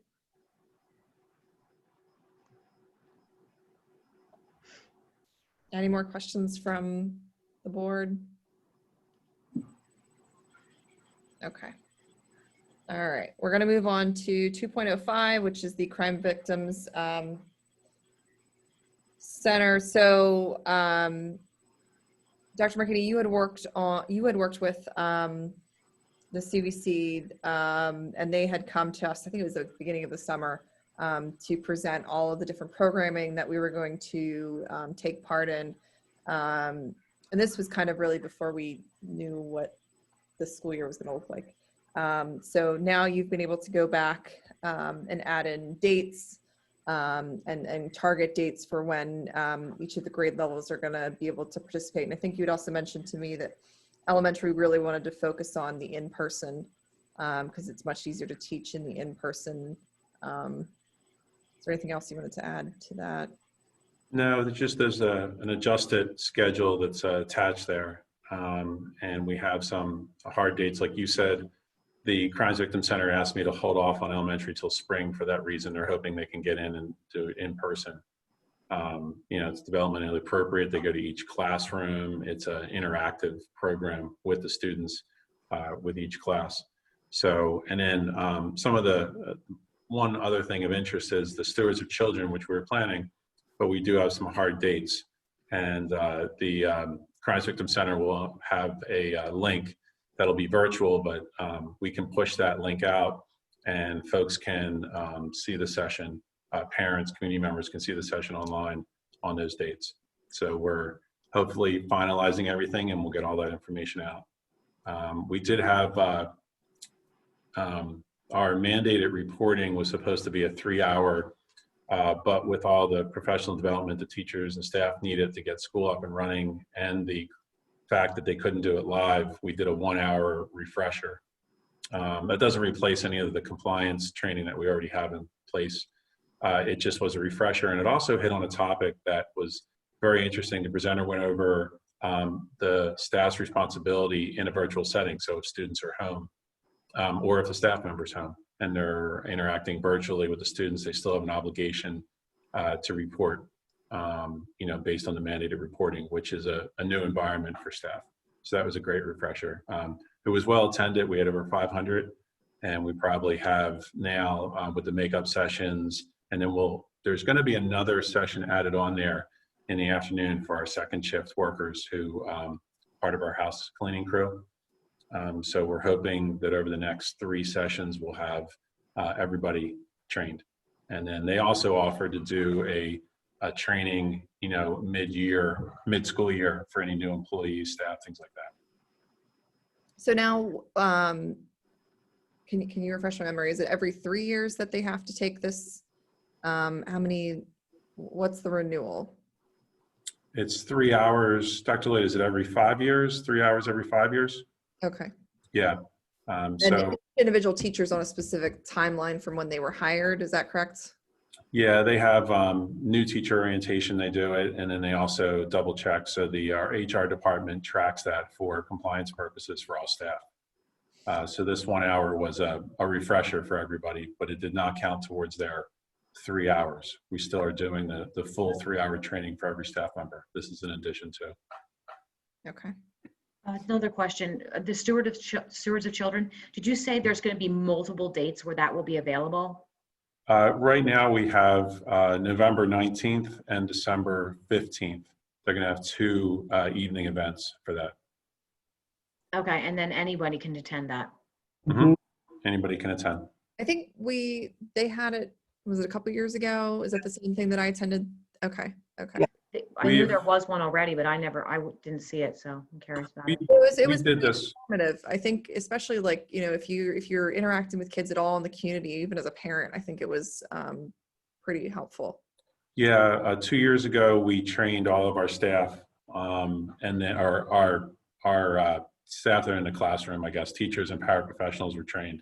And then we had an evening session as well through the Crimes Victim Center, I believe 2 years ago, through the Stewards of Children. That program, do you feel like that program is helpful to, when we've talked about all the issues that we've been through recently, one of the things that's difficult is that maybe something doesn't raise to the level of the mandatory reporting, but it's suspicious and you don't know where to go with it. Is that program something that would help with that type of scenario? Yeah, that program is less technical of mandated reporting and more about community norms, understanding that you should report if you have any issues, any questions, suspicions, you should report it immediately. And again, it's a very broad program, but I think parents and community can really get a lot out of it. Mrs. Marino, are you talking about stewards of children, or are you talking about mandated reporting? No, stewards of children. Okay, it's really meant as a parenting course. Mm-hmm. It is excellent. Particularly parents of young children should all go through this training because some of those norms that some of us were raised with have gone by the wayside. One of the things that really struck me, I don't know about any of you, but when I was growing up as a child, my friends were not allowed to play in the upstairs of our house. This even goes a step further than friends not playing in the upstairs of your house, cousins not playing in the upstairs of your house, and very, very explicitly talks with parents about these conversations that parents should be having with their children about keeping their body safe, and what part of your body are your private parts, and having those conversations about who may and may not touch those body parts. It's very, very well done, professionally done. One of my big takeaways this last time that I saw it, this is not something I raised my own children with, but they really stress about families not having secrets. And that in our family, we don't keep secrets. And that's how we teach children that when somebody is making them feel uncomfortable, when an adult or a peer or a cousin or an uncle or whatever is making them feel uncomfortable, they can come and talk to their parents about that because we don't have secrets. And a lot of times that's what a person will say when they don't want a child to tell that they've been touched inappropriate. This is a secret. Don't tell mommy or daddy. And I was really struck by that because that's not something that I ever thought about as a parent, and that I think all parents would benefit from hearing, because we want our children to come home and talk to us about these things. And it's not just geared towards young children, but then it's also geared towards the parents of older children. And how do you have those conversations with your teenager who really doesn't want to talk to you about this stuff? But at the same time, we have to have those frank discussions with, unfortunately, with our teenagers or with our children in general about when somebody wants to touch you or wants you to do something that you don't want to do, that you're not comfortable with. What do you do about that? And it's outstanding. It's one of the best trainings that I've seen in many years for parents, because it's such a hard topic to talk about. And you can digest the information. Doesn't overwhelm you, but you leave with strategies. And I think that's what's really important for parents, is to leave knowing, how do I have these conversations, or maybe what kinds of things do I need to put in place? Like the rule, our friends don't play in the upstairs. It never occurred in my family. Cousins were allowed to play in the upstairs, but it is staggering the amount of abuse that takes place by family members. And so as a family, we've changed that rule. That never occurred to my parents, to limit those things. So just excellent. I'm glad we're able to bring it, and we'll be doing a lot to promote that to our community and through our PTAs, because it's invaluable. We've got to get the word out, but we need to partner with parents in educating their children about that. Really, parents should be the first educators of their children when it comes to this very difficult topic about your body and allowing somebody else to touch your body. Parents really should be the first ones that their children hear that from, but as we know, many don't. It's just very important that this is a education that our children are receiving from very on all the way through, and crime victims are going to help us with that. But this is an excellent parent piece. Sorry, I've said a lot about it. I'm very passionate No. about this program. No, Yeah, I'm definitely, I actually- was just going to ask you, do you remember where this started from, the Stewards of Children? It was something with Penn State, wasn't it? It was, and so we had gotten grant money in our county. We were the first school district to offer this to our parents, and we were the first to bring it to our second grade, the Safe Touches program, because it came out of Penn State, so it's a research-based program, which I like. It's not a lot of fluff. They give very factual data that's a little unsettling at times, but yes, it came out of Penn State. And so at the time, Deb Ryan, who's now the DA, she worked for crime victims. And so she was contacting schools to bring this in. We brought it in because of another incident that had occurred in the school district. And what else can we do? We constantly ask ourselves, anytime you hear about an adult inappropriately touching a child, and a teacher specifically in our case, what else can we do to educate the children of our community? And so that's how this program came to be. Well, and it's very inexpensive too. So I'm thinking that this sounds like a great opportunity of something that can just be kind of run as many times as we really can, so that a lot of people can be involved. And also, the one thing that you said that struck me was the whole idea of strategies, because, obviously parents, they need something to grab onto, to like, how, what am I going to do in my home? How am I going to take all this information and make a difference with my own family?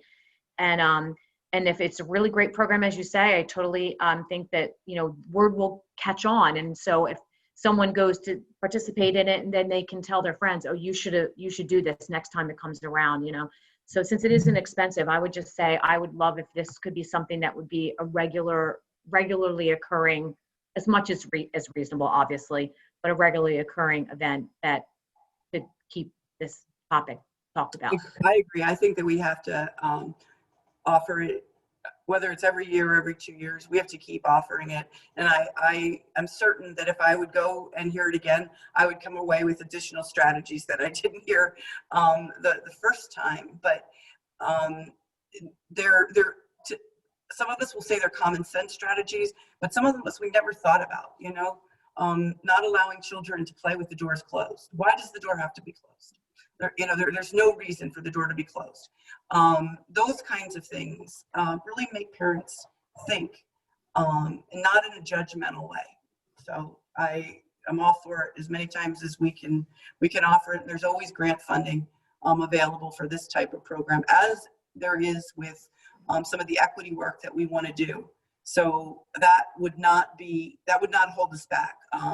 Funding of these kinds of ideas should not hold us back because there's lots of grant funding out there. Great. Sounds good. All right, anyone else? Okay, so I'm just going to move on. I just had one piece for the committee. We had talked about listening sessions, and I think the challenges right now we're so in flux because we're bringing kids in now for hybrid.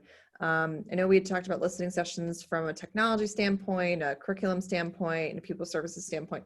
So I just wanted to bring it back up to the committee to see what your thoughts are, because I'm trying to think. I think really the one thing that would involve pupil services is the health and safety plan. But I think the challenge is that's really in flux, and that's going to continue to be in flux as the kids are coming back into the building. So I think, as we're moving all these kids back in this week and next week, I'm sure there's going to be changes that need to be made. So I don't know if it's appropriate at this point to offer anything yet, but I just wanted to see what the rest of the committee thinks. I guess I'm very unclear as to what our process is as a district for taking feedback on things other than email the school board. Well, I think there was a lot of questions, so we had talked about offering listening sessions so that the board could just listen to what the community's feedback was. Right. Yeah. I mean, everyone has been very, vocal in their feedback. I mean, they've been emailing, they've been, speaking at public comments. So, But we don't know that everyone has been. yeah, There may be a lot of people who are not giving their opinions with the methods that are out there. But if we specifically solicited, you know, this is the time when we want to hear from you, or this is the method that we want to use. I think the other thing is, you know, some of our parents are very involved in their PTA. Maybe they want to give their feedback to their PTA and they feel more comfortable in that setting than at a school board meeting. So are you asking like having a feedback session rather than a regular pupil services meeting? Is that what you're saying? I'm not saying in place of, just offering to see, you know, what the community has to say, but it's really up to everyone. Well, you know, I definitely think that might be something of value after kids are back in school for a few weeks, because who knows if anything is gonna, you know, any problems are gonna come up or whatever. Well, we could say we could retouch base on this the next CAL meeting, which would be, I think, at the beginning of November. Because that would give a couple weeks for everyone to Get a couple weeks and then if there are concerns, then we can definitely, you know, and especially if you are getting a lot of emails, even though you just said people are, you know, emailing and feel free to email, you know, when you know a lot of people are concerned about something, you probably know that there's an equal amount of people who are concerned but just aren't writing an email for whatever reason, who also have concerns. So maybe kind of gauge on that kind of thing and see if it seems sensible. November 9th is our next meeting, so we could touch base on that and see, you know, based off of the communication we're getting, and if there's anything that pupil services specifically could address, because I think we definitely need a topic if we're going to have a listening session. Yeah. I do think we need to let a few weeks of school go by and see what happens. Yeah. Dr. John? Sounds great. Okay. All right, anyone else? No? Okay, I'm gonna open up to any questions on the agenda items. There's quite a few things we covered here. But are you opening up questions for LNP and pupil services? Pupil services. To clarify. Yep, just pupil services, any of those 4 topics we chatted about. I don't think I see any hands. We do. One, okay. I think I've unmuted her. Okay, and I think I've unmuted you. Go ahead. Are you speaking to me, Dr. Lloyd? It's There you go, Dana. Sorry. Oh, that's okay. I think I have you unmuted now, so go ahead. Obviously, Yeah, I have no you. problem. I think was the late start part of pupil services? Yeah. Yes. Okay, cool. Yeah, I pulled up the Union Chad's Ford survey results because you guys were asking about they did a post evaluation of the implementation. And in addition to concussions, we're down at the middle school almost 50%. And athletic injuries were down. But the other big one, which was interesting, was nurse visits. At the middle school, they were down almost 32%. And at the high school, they were down almost 20%. So I'll send that presentation over to you. But I just thought that was really interesting. Thanks. Yeah, they mentioned a couple of things. So I think that would be good to revisit that. Because I think, didn't they present at one of the things we went to? At the CCIU, I think they presented too. Okay, thank you. Yeah. Okay. I am going to I'm asking Mrs. Herzog to unmute. Hi, good evening, There everyone. she is. We did it. Hi. I'm sorry, they left me in charge tonight of the tech. That didn't take very long. That was pretty good. Thank you. So there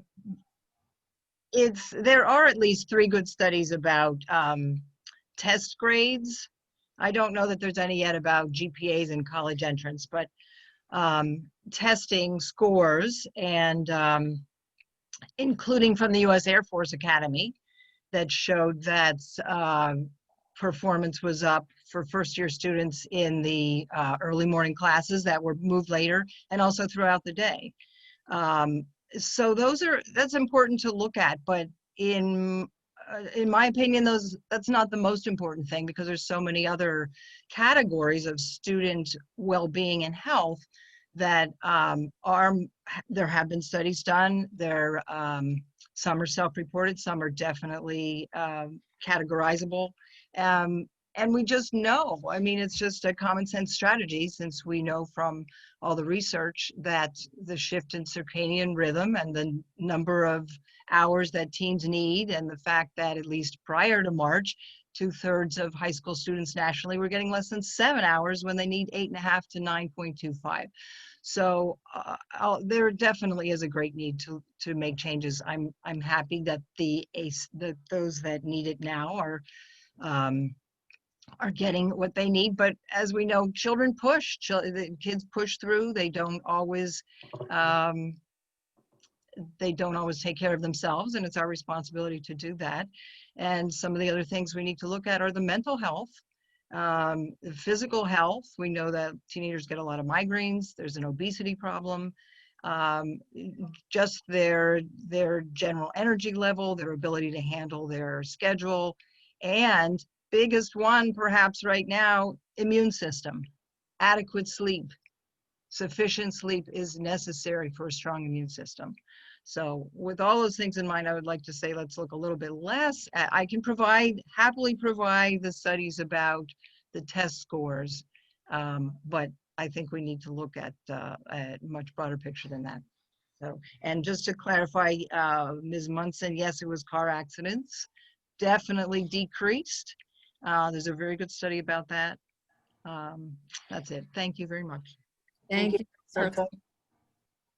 Okay, so the next hand that's raised is Heather. So Heather, I'm asking you to unmute. At least I think I'm asking you to unmute.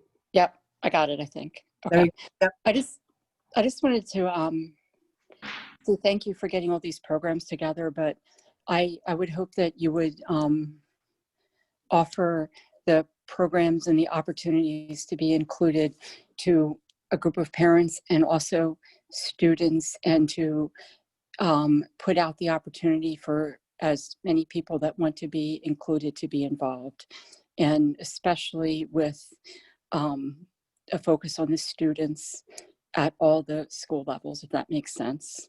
And also, I'm happy to see that the programs are being put into the high school, but I think the children Stewards of Children program, I had sat through that, and my older daughter at the age of 20 sat through it. So I think if there's an option for that program to be offered to at least 18-year-olds, I think if there's any way to open that up for them, I think they should be able to do that too.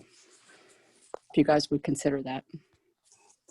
Yeah, I think so. I'm not sure if you open the attachment. So it goes from grades from second grade all the way up to 12th grade, different educational topics from the Crime Victims Center. So there is a topic for each specific grade, and it will be offered. Dr. McKinney, correct me if I'm wrong, but it's going to be offered to all the elementary schools as well. So there is that opportunity, and I think Stewards of Children, we can open it up to the public at large and see who's interested in attending. Yeah, it'll be open to the public, and then the Crimes Victim Center has portions of the Stewards of Children that they break out and deliver to age appropriate. So the 11th and 12th graders will get some of that. Heather's suggestion is excellent, and they'll follow through with that at grades 11 and 12. But I think it's also like geared towards those age appropriate. That's what we're trying to make sure that it's developmentally appropriate, the information that we're disseminating. All right, anything else, Heather? Nope, I'm good. You can mute me now. I'm gonna mute you, or you mute yourself. I'm not sure. All right, Ava, I'm asking you to unmute yourself now. Hi, can you hear me? Yes, we can. Hi, this is actually Carrie Culp from East Coventry Township. Okay. I just had a question. It's kind of related to two different topics in a way on the agenda tonight, both the equity issue and then also on the listening sessions that you guys were discussing. Back in February, I believe it was February, there was a COW meeting. It was kind of right before everything kind of shut down with COVID. And at that meeting, there was some discussion around the fact that there were going to be some, you guys would be looking into some, just a re-examination and also a reevaluation of potential changes and updates to the gifted programming that was going to be a result of some, different requirements coming down from the state. And I hadn't heard anything about that since then, and I'm just wondering if we could get an update on the status of that process. Gifted, I'm going to tee up to you, Dr. Dr. Markey, I don't know if you have anything about the changes that were coming out from the state right now. We've had a lot of changes in our gifted, in our staffing is really what we've had a lot of changes in this year. I would have to go back into the PSBA and any of the policy changes. I could certainly do that at the next Pupil Services meeting, have a quick update on that and any other special ed programming changes that have come up for the state. It sounds like we're going to meet at the COW on the 9th, November, is that November 9th? Because we'll talk about listening sessions, so we can add that onto there too. Is that okay? Right. I think that I think that what Carrie's referring to is there was a shift in the state and the way that we were to be writing our GIEPs and the types of goals we were to be developing for our students. And so our focus has been is to bring consistency to that across the school district. So Carrie, we just need some more time to be able to put that together, but we can put that together for the next. I don't want us to talk off the top of our head because it's very specific, and we didn't prepare for that question. So, Carrie, did you have something else? No, I was just going to say, believe me, I completely understand that you guys are dealing with a lot of other issues right now, but I just, since it kind of came to my mind as we were discussing, as you guys were discussing what you were discussing tonight, I mean, I'm not even forcing that you guys need to do that at the next meeting. I just was wondering where that process was. So. Okay, and I can even have, Dr. Marchini can even give you a call on that, because then he can speak specifically to what your family has experienced. But most of it has to do with us trying to get the entire district on the same page as far as the programming for our students that are identified gifted, because there was some changes that came down from the state. Some schools were already there and some schools were lagging behind. So he'll be able to talk to you specifically about that. Carrie, if you email me directly with a contact number, I can give you a call tomorrow. All right. That's everybody that has their hands raised. All right. Well, thank you, Pupil Services Committee. I'm already getting texts that our meeting was too long, so apologize, guys. Not by me. I think finance committee is just bitter, but bitter, very bitter people. Yeah. All right.